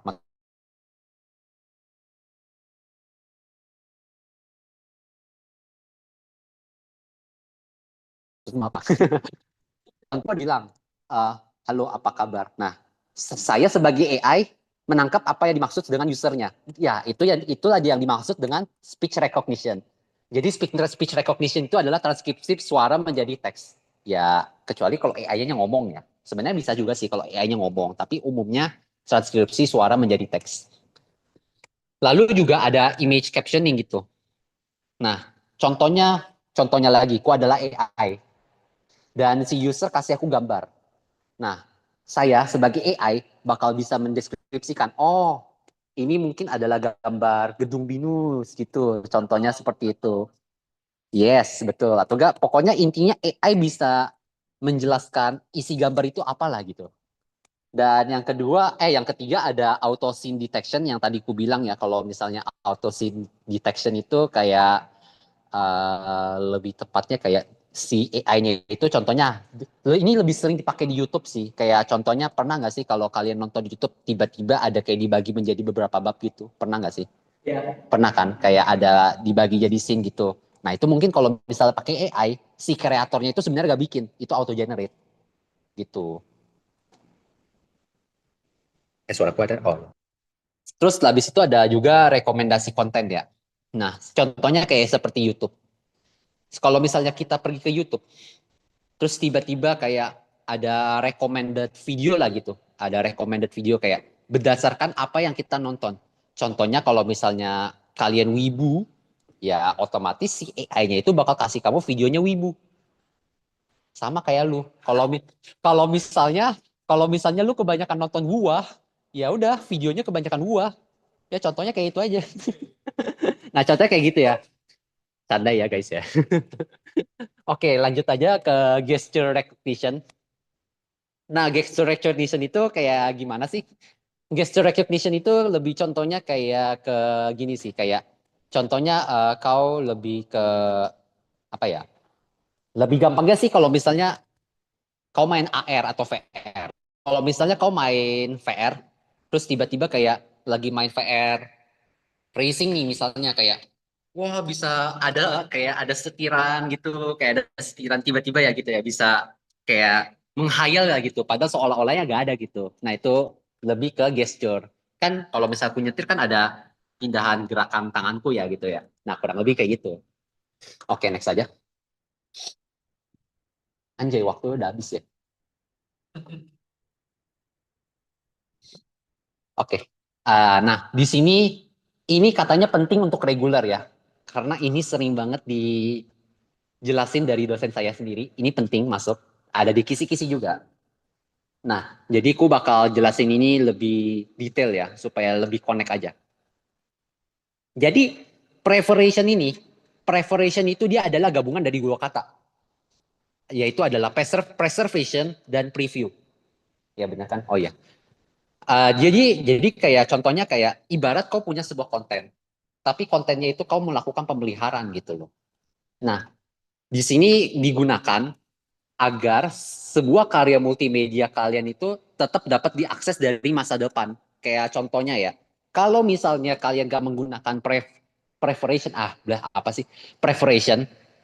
Contohnya kayak gini, kau rekam, tapi kau rekamnya pakai kaset kita, gitu. Kau rekam pakai kaset kita.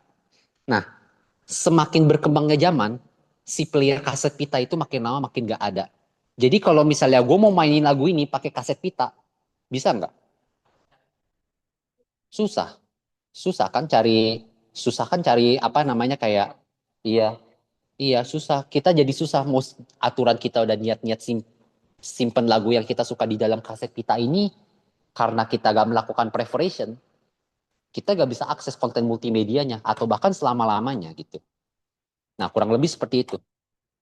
Nah, jadi kalau misalnya kita menggunakan preparation, jadi si konten multimedia ini bisa bertahan lebih lama. Kenapa? Karena kita melakukan preservasi gitu. Contohnya lah, contoh gampangnya seperti inilah. Kalian punya kalian punya anjing atau kucing, mungkin kayak apa hewan peliharaan gitu. Tapi kalau misalnya gak diurus, ya nggak awet lah anjing itu atau gak kucing itu, kayak hewan peliharaan itu. Istilah gampangnya kayak gitu. Sama, ini juga berlaku di multimedia juga. Nah, ini ada beberapa tujuan yang aku tulis ya. Yang pertama ada digunakan untuk menjaga konten multimedia lama agar bisa tetap diakses. Yang tadi ku bilang ya, yang kaset kita itu ya. Dan juga ada juga mencegah kehilangnya budaya ya. Nah, yang tadi ku bilang juga, kalau misalnya ku rekam lagu pakai kaset pita, lama-lama budaya kaset pita kan hilang gitu. Udah hilang ya, akhirnya si kontennya itu nggak bisa kita akses lagi gitu. Dan yang terakhir ada menyimpan konten dalam bentuk digital dan tahan lama ya. Kalau misalnya kita melakukan preparation ya, tentunya kontennya bisa tahan lama. Kayak kalau misalnya andaikan dulu ku rekamnya menggunakan contohnya kaset CD gitu. Kalau kaset CD kan sekarang masih ada gitu. Jadi kalau misalnya aku pakai kaset CD kan sekarang masih bisa. Aturannya kalau misalnya dari dulu aku pakai kaset kita, sekarang mungkin aja aku nggak bisa play karena hilangnya zaman gitu. Kurang lebih nangkep nggak? Nangkep ya? Nangkep ya? Oke. Lanjut aja. Lanjut. Nah, di sini ada contoh nyata ya, preparation project.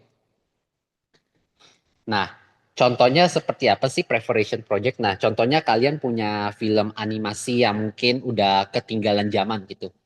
Nah, mungkin ada beberapa orang-orang yang seperti developer multimedia itu kayak rilis ulang gitu. Yang aturannya mungkin kayak contohnya mungkin game Nintendo lah. Game Nintendo di tahun 1980. Itu kan gamenya kotak-kotak. Gamenya kotak-kotak, terus habis itu eh, kabelnya mungkin pakai kabel AV. Tahu kan kabel AV yang ada tiga warna, merah, kuning, putih itu kan. Kan sekarang TV udah gak ada. Gak ada pakai kabel AV. Yes, betul. Sekarang pakai HDMI. Contohnya seperti itu. Nah, si Nintendo ini berpikir kayak, wah, makin lama produk gue makin sepi nih. Nah, ya udah, aku punya ide.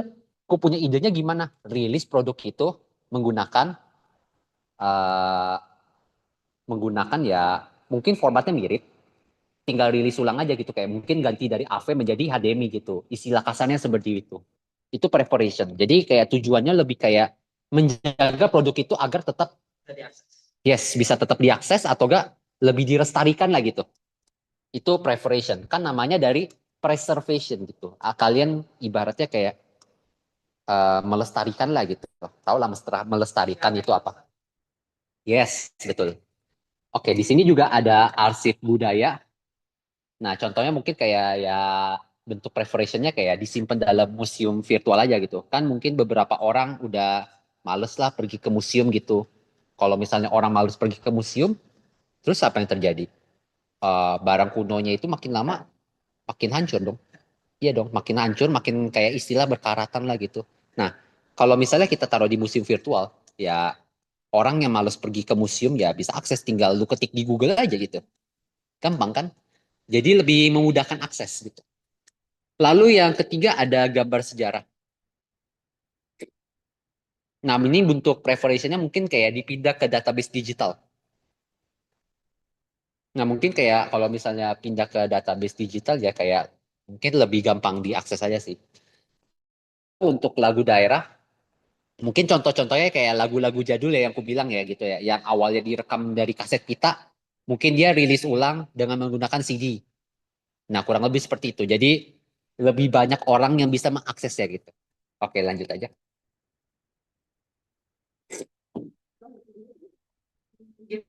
Sekarang gue pakai sekarang Kalau udah ada namanya App Store, terus Mhm. isi box jadi di PC atau mana, jadi kita nggak usah capek-capek lagi di kaset pipa gitu kalau mau main, tinggal download aja dari atau Iya, bayar. iya. Nanti yang kau tadi bilang itu masuk ke sini. Nanti yang kau bilang itu masuk di sini. Nanti ada perbedaan gimana caranya sih orang itu bisa ngedeliver gitu.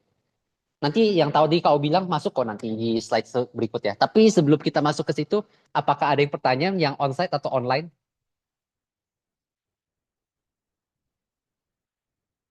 Hmm? Online ada nggak? Nggak ada ya.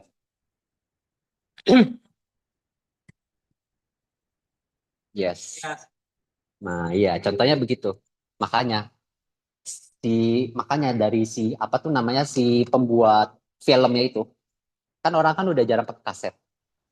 Nah, mereka preferensinya gimana? Mereka rilis pakai Netflix. Netflix atau enggak Disney Hotstar bisa juga. Karena lebih banyak orang, karena lebih banyak karena lebih banyak orang yang dapat mengakses gitu kayak orang lo sekarang lebih zaman ke kaset-kaset lah gitu kayak kaset-kaset lagi lebih zaman ke Hotstar atau enggak kayak Netflix gitu. Kayak supaya gunanya lebih banyak orang yang akses lah gitu. Tapi intinya udah dapet ya. Aku udah berusaha menjelaskan segampang mungkin ya. Dapat kayak intinya. Dapat ya. UTS merem lah. UTS lagi. UAS merem lah. Enggak, jangan merem. Tetap harus belajar ya. Tet- Tetap harus belajar ya UASnya ya. Karena UAS bobotnya 50% loh, mati loh.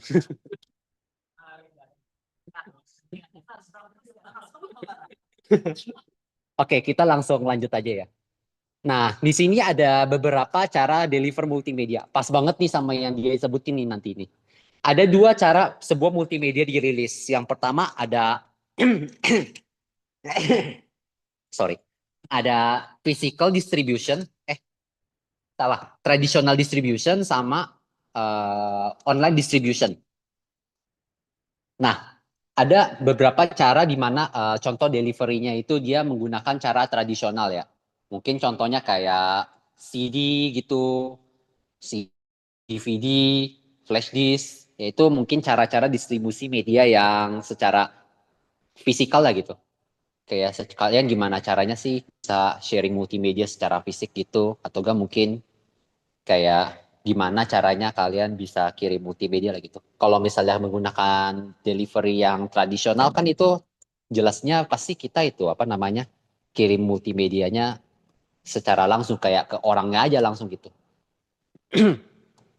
Nah mungkin kalau zaman sekarang udah pasti pakai online delivery ya atau enggak web delivery ya. Kayak contohnya kayak kita menggunakan cloud gitu atau enggak kayak delivery secara online mungkin kayak email gitu atau enggak kayak WhatsApp. Nah, mungkin kurang lebih seperti itu. Atau enggak mungkin penjualan online nih. Ya, yang tadi dia bilang tuh kalau misalnya film eh, kalau yes, yes betul dia pakai Netflix. Dia sekarang pakai Netflix, rasanya kayak ya si usernya itu lebih gampang aksesnya itu kak. Kan sekarang kan udah zaman-zaman online ya semua ya. Kan pembayaran juga makin lama udah cashless. Iya, gara-gara COVID bener. Oke, yang terakhir untuk menggunakan cloud ya, yang tadi aku bilang juga menggunakan cloud, apa tuh namanya? Kalau misalnya kita gunakan cloud ya tinggal kirim secara online aja kayak contohnya Google Drive gitu. Kan Google Drive dia pakai cloud. Dia simpan secara online gitu. Nah, kurang lebih seperti itu ya. Jadi ada dua tipe jenis delivery ya. Yang pertama ada tradisional, yang kedua ada online. Atau enggak online delivery ini bisa juga disebut dengan web delivery. Terserah sih mau bilang yang mana, dua-duanya benar. Tapi asal jangan online dibilang tradisional, itu salah ya. Canda ya guys ya, jangan. Nanti hilang poin di UAS. Sayang banget rasanya. Sayang ya guys ya, jangan-jangan. Oke, lanjut aja. Oke, jadi di sini ada urutan pengembangan multimedia. Ini untuk global penting banget ya, karena ada di highlight banyak banget di UAS-nya. Ini untuk global penting. Tapi untuk yang reguler cukup tahu aja karena aku ada lihat tahapannya juga pas dilihat kisi-kisi. Jadi regular atau global wajib tahu ini ya. Dan jangan ketuker. Nah, oke. Jadi di sini aku bakal jelasin gimana caranya kalian bisa nggak ketuker ya. Tenang. Yang pertama, kalau misalnya kalian contohnya bikin project, kalian pasti bakal enggak deh. Kita ambil gampangnya contoh AOL SE aja deh. Kalau misalnya kita bikin SE, mau bikin project sebuah website, kalian pasti bakal pikir dong, gue bakal bikin konten apa, gue bakal bikin project apa. Itu namanya planning. Kayak contohnya, oh mungkin gue pengen bikin website rumah sakit. Itu namanya planning. Kayak kau merencanakan apa yang kau pengen eh, buat lo gitu, kayak planning gitulah. Mungkin itu planning kurang lebih kayak gitu, kayak mungkin planningnya contohnya kayak menentukan kebutuhan, kayak target audiens kamu itu siapa. Contohnya kalau misalnya aku punya game gua, contohnya target audiensnya wibu gitu. Nah kurang lebih kayak gitu. Canda ya. Di sini ada designing juga. Kayak kalau misalnya udah melakukan planning, di sini ada designing. Nah, kalau misalnya kayak udah planning, bisa dong kayak ngedesain kayak contohnya kalian bikin website rumah sakit gitu. Udah bisa mulai ngedesain abis ngeplanning. Oh, mungkin website rumah sakit itu cocoknya warna hijau gitu. Atau mungkin cocoknya menggunakan warna yang warm, yang lebih nyaman untuk mata gitu. Nah, mungkin udah bisa mikir-mikir kayak sketsa UI atau UX-nya gitu. Kalau UI kan kalian udah tahu ya, masa anak Mulmed gak tahu? UI itu user interface lah, pasti lebih ketampilan. Kalau UX ya lebih kayak ke yes, experience kalian gimana. Kayak contohnya ya, kalian buka gelas ini susah banget sampai rasanya mau frustrasi, mau banting. Atau enggak contohnya kayak kalian main game, tapi ngeframe. Rasanya kayak gimana? Pengen banting HP kan? Itu user experience jelek. Jadi makanya kalau pas kita mau merencanakan desain, udah mulai masuk ke UI UX-nya gitulah, kayak gimana caranya bikin program yang gak nge-lag gitu. Kan kalau misal kayak main nge-game nge-lag kan rasanya kayak mau banting HP kan. Nah ya gitu. Itu user experience yang jelek. Relatable banget ya. Lalu di sini ada developing. Nah, developing ini ada masuk ke dalam proses coding atau integrasi elemen ya. Nah, ini developing ini kayak, oh contohnya kan kalian udah coba ngedesain. Nah, kalian udah coba ngedesain ya kayak tinggal masuk ke dalam proses pengembangan aja gitu, kayak mungkin udah kayak contohnya kayak pas ngedesain kayak bikin flowchart atau gak bikin flowchart atau gak bikin sitemap gitu. Atau enggak kalau misalnya udah developing ya udah selesai desain tinggal develop kayak kalau udah mulai kode gitu dan lain sebagainya. Nah, di sini juga ada testing. Ini kayak apa namanya kayak contohnya misalnya kalian udah selesai coding. Kalau udah selesai coding ibaratnya program udah jadi kan. Belum jadi-jadi banget sih, kayak hampir jadi. Kenapa? Karena ini uji bug. Karena belum tentu kalau misalnya kalian coding itu 100% benar. Itu makanya kalau misalnya anak computer science pasti gak kenal yang namanya error. Pasti kenal yang namanya error.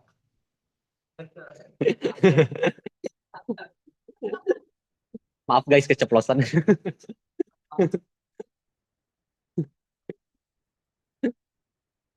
Maaf ya guys, keceplosan. Jadi kalau misalnya apa tuh namanya pas kalian ngecoding, pasti ada error dong atau enggak bug. Makanya ada yang namanya debugging. Nah, di sini dalam tahap testing itu ibaratnya lebih kayak ngetes lah gitu, kayak kodenya udah aman gak gitu, atau gak kayak kodenya udah aman, atau gak programnya udah berjalan sesuai dengan keinginannya gak gitu, lain sebagainya ya. Nah, kalau misalnya testing udah lolos kayak oh program ini udah aman nih, udah berjalan dengan lancar. Nah, kalau misalnya programnya udah berjalan dengan lancar ya, ya udah tinggal delivery aja gitu, tinggal kalian kasih ke kliennya aja gitu kayak nih projectku udah jadi, tinggal kalian rilis aja gitu. Kalau misalnya kalian bikin game, kalau udah masuk ke proses delivery, tinggal rilis aja gitu kurang lebih.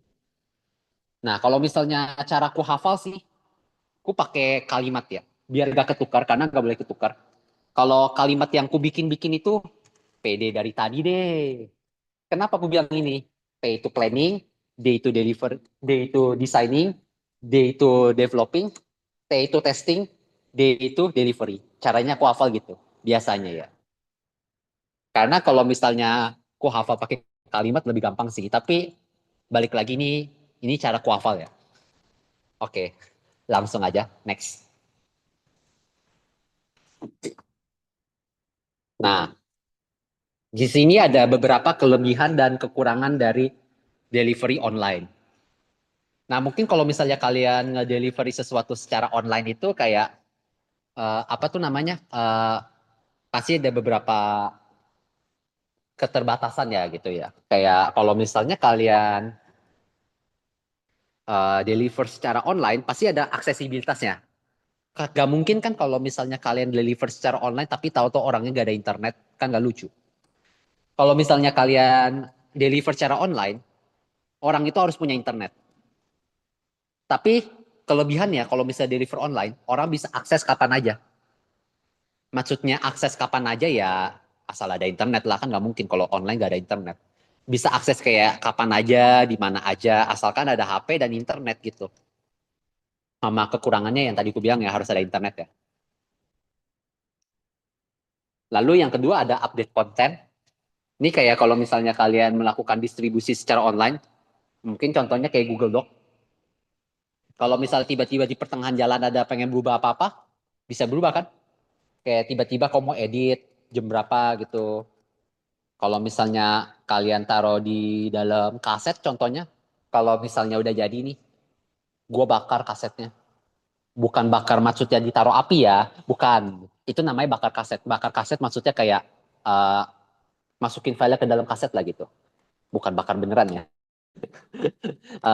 Nah, kalau misalnya kalian masukin ke dalam kaset kan kayak kalau misal kasetnya udah dibakar nih, tiba-tiba kalian mau berubah kan nggak bisa. Nah, makanya kalau misalnya kalian mau update konten secara online itu lebih gampang. Lalu yang berikutnya ada di efisiensi distribusi.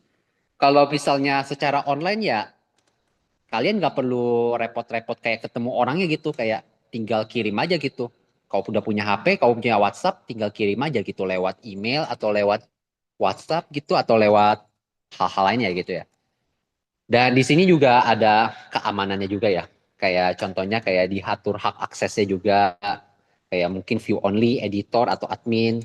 Tapi kekurangannya walaupun walaupun apa namanya online itu security-nya mungkin cukup kuat, tapi bisa-bisa aja ada hacker yang bisa mengakses file kamu gitu. Itu kekurangan. Dan yang terakhir ada biayanya ya, karena kalau misalnya kalian kirim secara online ya, kalian nggak perlu pakai flash disk, nggak perlu beli flash disk ya, nggak perlu beli CD, nggak perlu beli apa ya, nggak ada peralatan cukup ya, nggak ada peralatan khusus, cuman laptop sama laptop atau nggak HP gitu ya.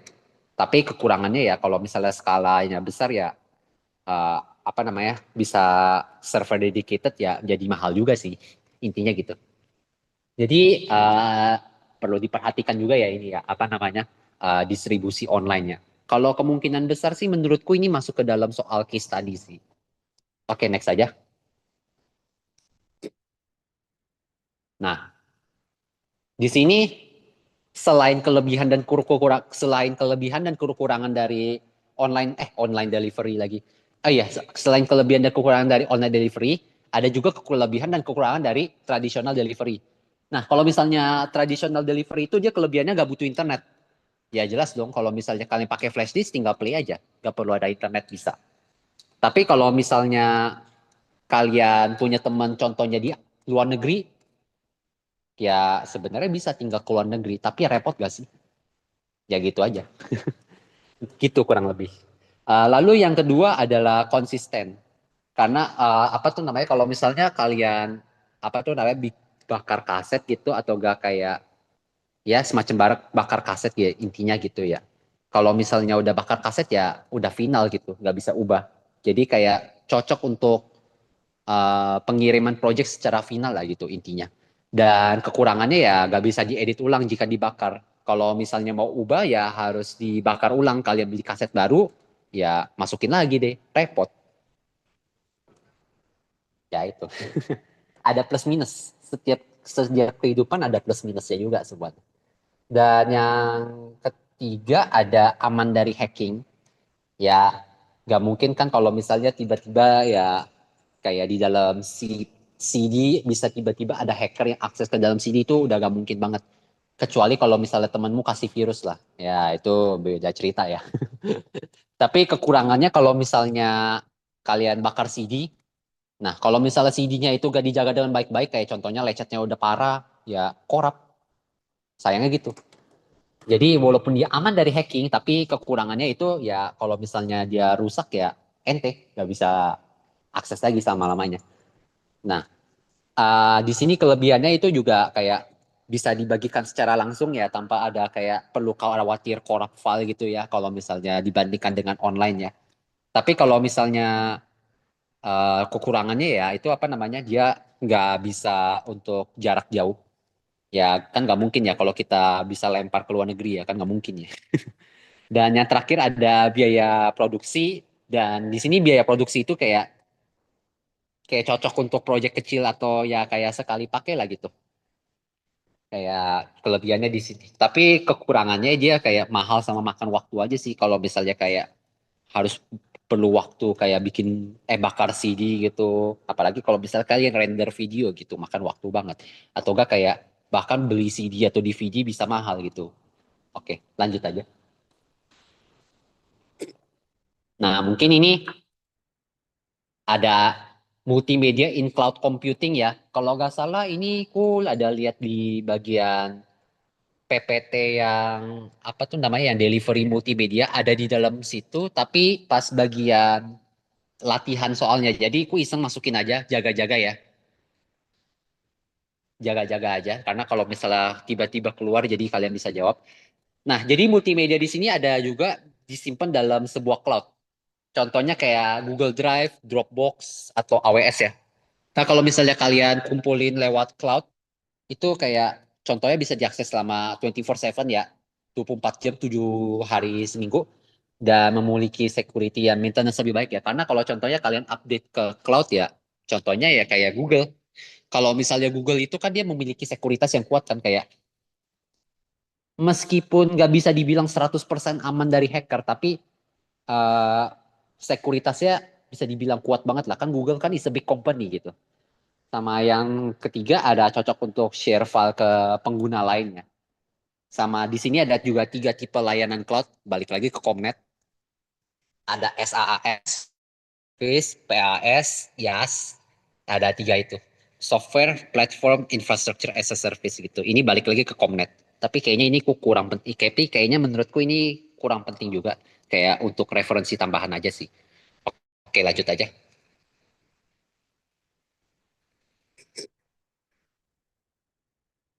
Nah, di sini ada testing dalam multimedia.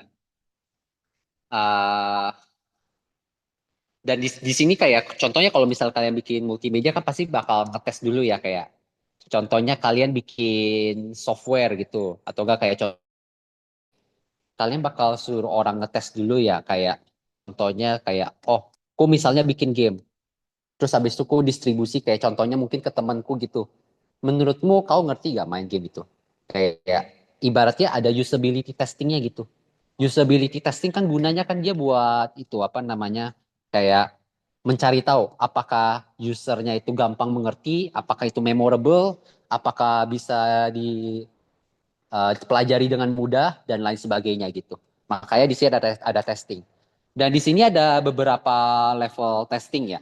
Yang pertama ada alpha testing, sama yang kedua ada beta testing. Dan untuk detailnya akan ku jelaskan di slide-slide berikut. Oke, next aja.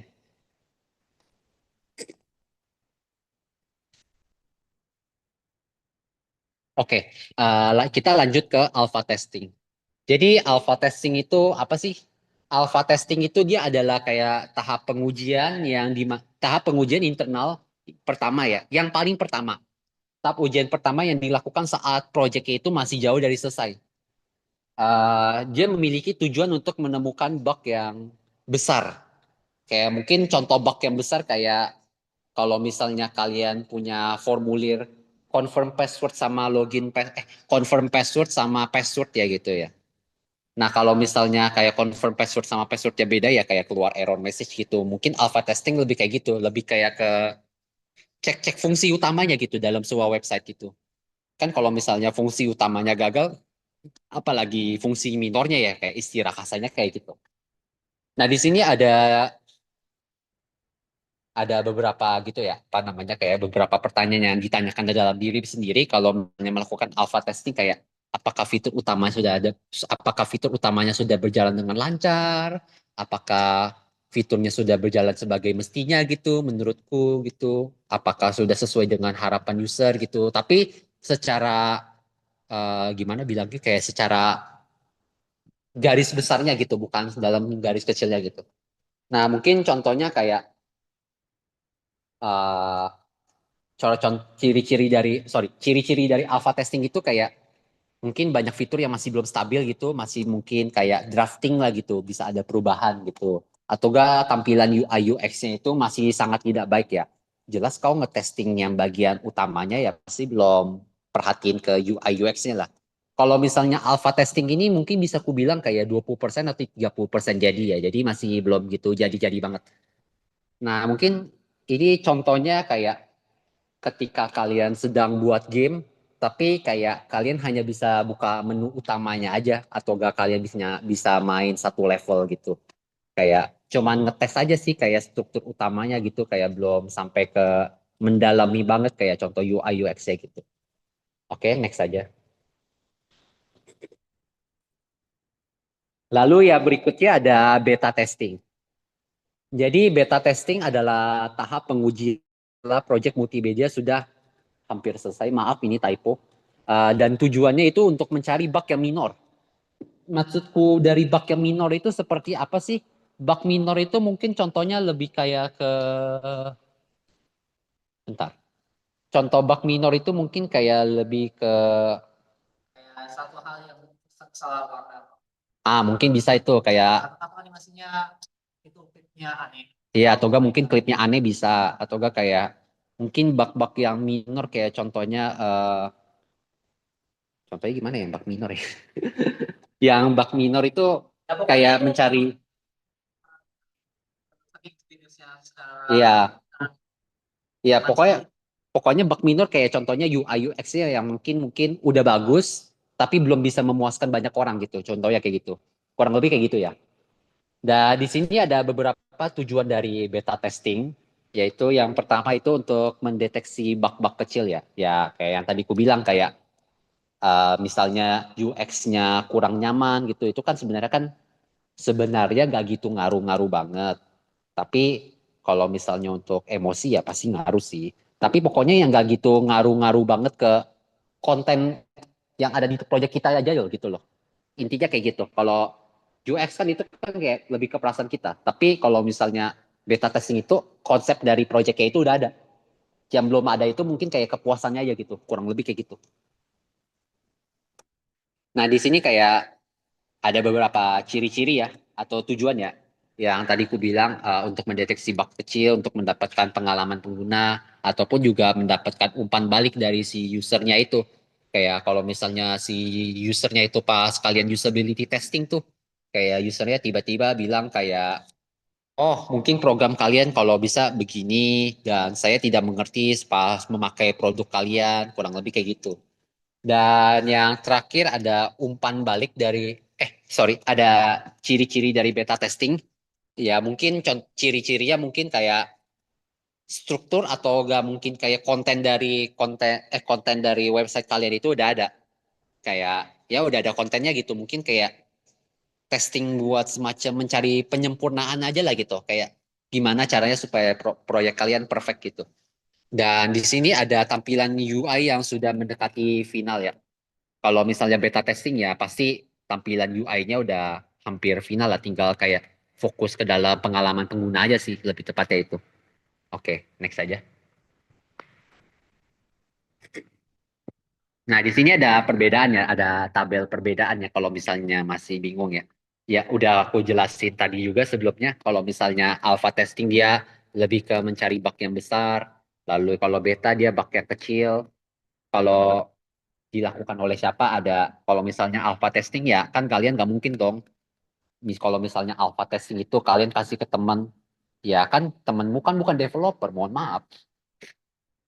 Kalau misalnya apa tuh namanya kalau misalnya kalian alpha testing itu ya kalian biasanya diuji oleh developer itu sendiri kayak istilahnya kayak kalian ngedebugging lah gitu. Kayak coba kode ini bener atau enggak fungsi utamanya udah bener atau enggak kurang lebih kayak gitu. Atau enggak yang ada juga yang kayak waktu dilakukan. Kalau misalnya alpha testing itu juga kalau misalnya biasanya dilakukan pas pengembangan awal ya. Kalau misalnya beta testing itu kalau misalnya udah stabil sebelum final release ya gitu. Kalau beta testing mungkin bisa aku bilang 90% jadilah. Kalau alpha mungkin masih 30. Lalu yang kedua ada aksesnya. Kalau misalnya alpha testing itu ya pasti tertutup. Gak bakal di-share dong. Kan dia bukan usability testing.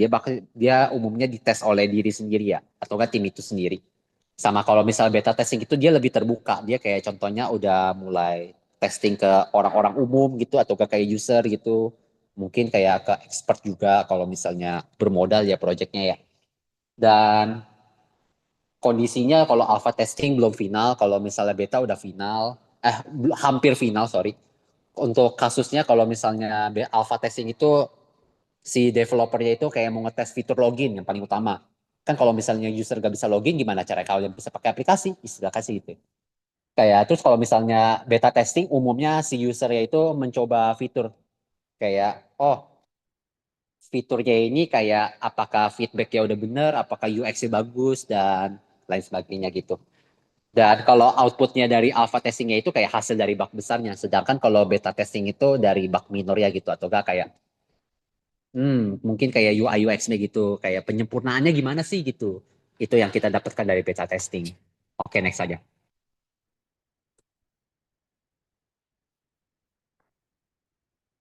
Oke, lanjut ke visual storytelling. Ini sebenarnya masuk ke dalam global, yang regular ini nggak masuk ya sebenarnya. Oh, tapi aku jelasin untuk anak global aja. Visual storytelling adalah teknik disampaikan pesan informasi melalui gambar, ilustrasi, animasi, dan suara. Jadi ada visual pertama yaitu dia adalah ilustrasi yang selaras dengan isi cerita atau edukasi ya gitu ya. Dan storytelling naratif adalah cerita yang dimana dia punya struktur kayak untuk memudahkan pemahaman. Yang ketiga ada voice over di mana narator yang menjelaskan konten atau cerita melalui sebuah audio dan mungkin contohnya kayak sebuah video edukatif aja gitu kayak kalau misalnya video edukatif pasti ada voice overnya gitu kayak ya pokoknya pasti ada ngomong lah gitu. Iya, narasinya gitu. Ini untuk yang global class ya ya. Karena aku lihat karena tadi aku lihat pas lihat kisi-kisinya global class ini masuk. Oke, lanjut aja. Nah, ini peran background musik dalam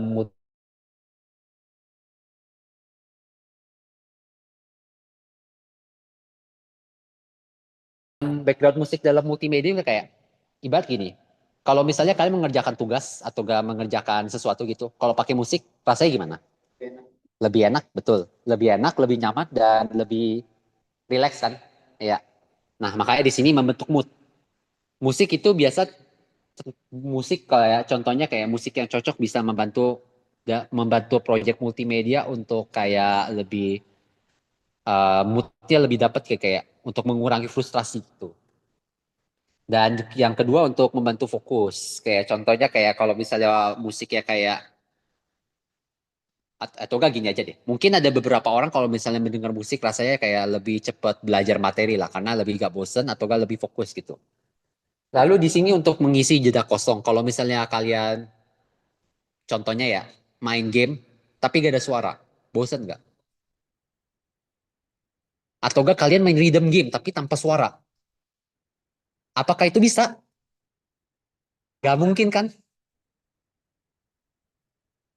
Mungkin kalian tap tap tap yang mana aja kalian udah gak bakal tahu. Nah, itu contoh gampangnya ya. Nah, mungkin contohnya kayak aplikasi belajar dengan narasi ya, atau mungkin lagu anak saat pembukaan video ya. Mungkin contohnya kayak gini. Oke, next aja. Oke, mungkin itu aja sih untuk study club yang sekarang ini. Rasanya waktunya sudah habis. Iya, sebenarnya sih ku ada sisipin latihan juga sih. Mungkin apa masih ada yang mau atau udah mau cabut aja? Nah, ya udah. Saya nanti dari mereka kan marah ke kita deh. Kalau kita lebih lama. Ya udah deh, sekian dari Study Club Multimedia System ini ya. Oh iya, sebelum itu mungkin apakah ada yang ingin ditanyakan dari materi sebelumnya ya? Itu nanti PPT-nya aku upload di Drive Binus. Ya, yang Eh, oh itu terakhir kali udah aku upload. Tadi aku lupa, cuman udah di follow up juga. Nanti kalau misalnya kalian mau minta file fisiknya sekarang boleh juga kok, aku ada simpan di HP. Ya. Oh ya boleh boleh. Nanti tinggal colok sana aja. Mungkin apakah yang di Zoom ada, mungkin di Zoom apa yang ingin ditanyakan gitu?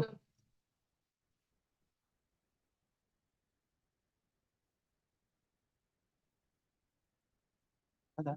Si manusia keren. Penasaran, penasaran. Siapa ini? Oh, penasaran. Oke, mungkin nggak, mungkin kalau misalnya ada yang mau ditanyakan silakan ya. Kalau misalnya nggak ada, oke, mungkin cukup sampai sini aja study clubnya ya. Ya boleh boleh. Kalau cukup sampai sini aja study clubnya. Mohon maaf ya jika ada kesalahan saat ku menjelaskan ya. Terima kasih sudah mengikuti study club ini dari awal hingga akhir. Semoga hasil UASnya memuaskan. Saya Clementis Sepit William Wiguna, izin pamit undur diri. Terima kasih semuanya. Nah, tapi ya. Iya, ya, stop aja.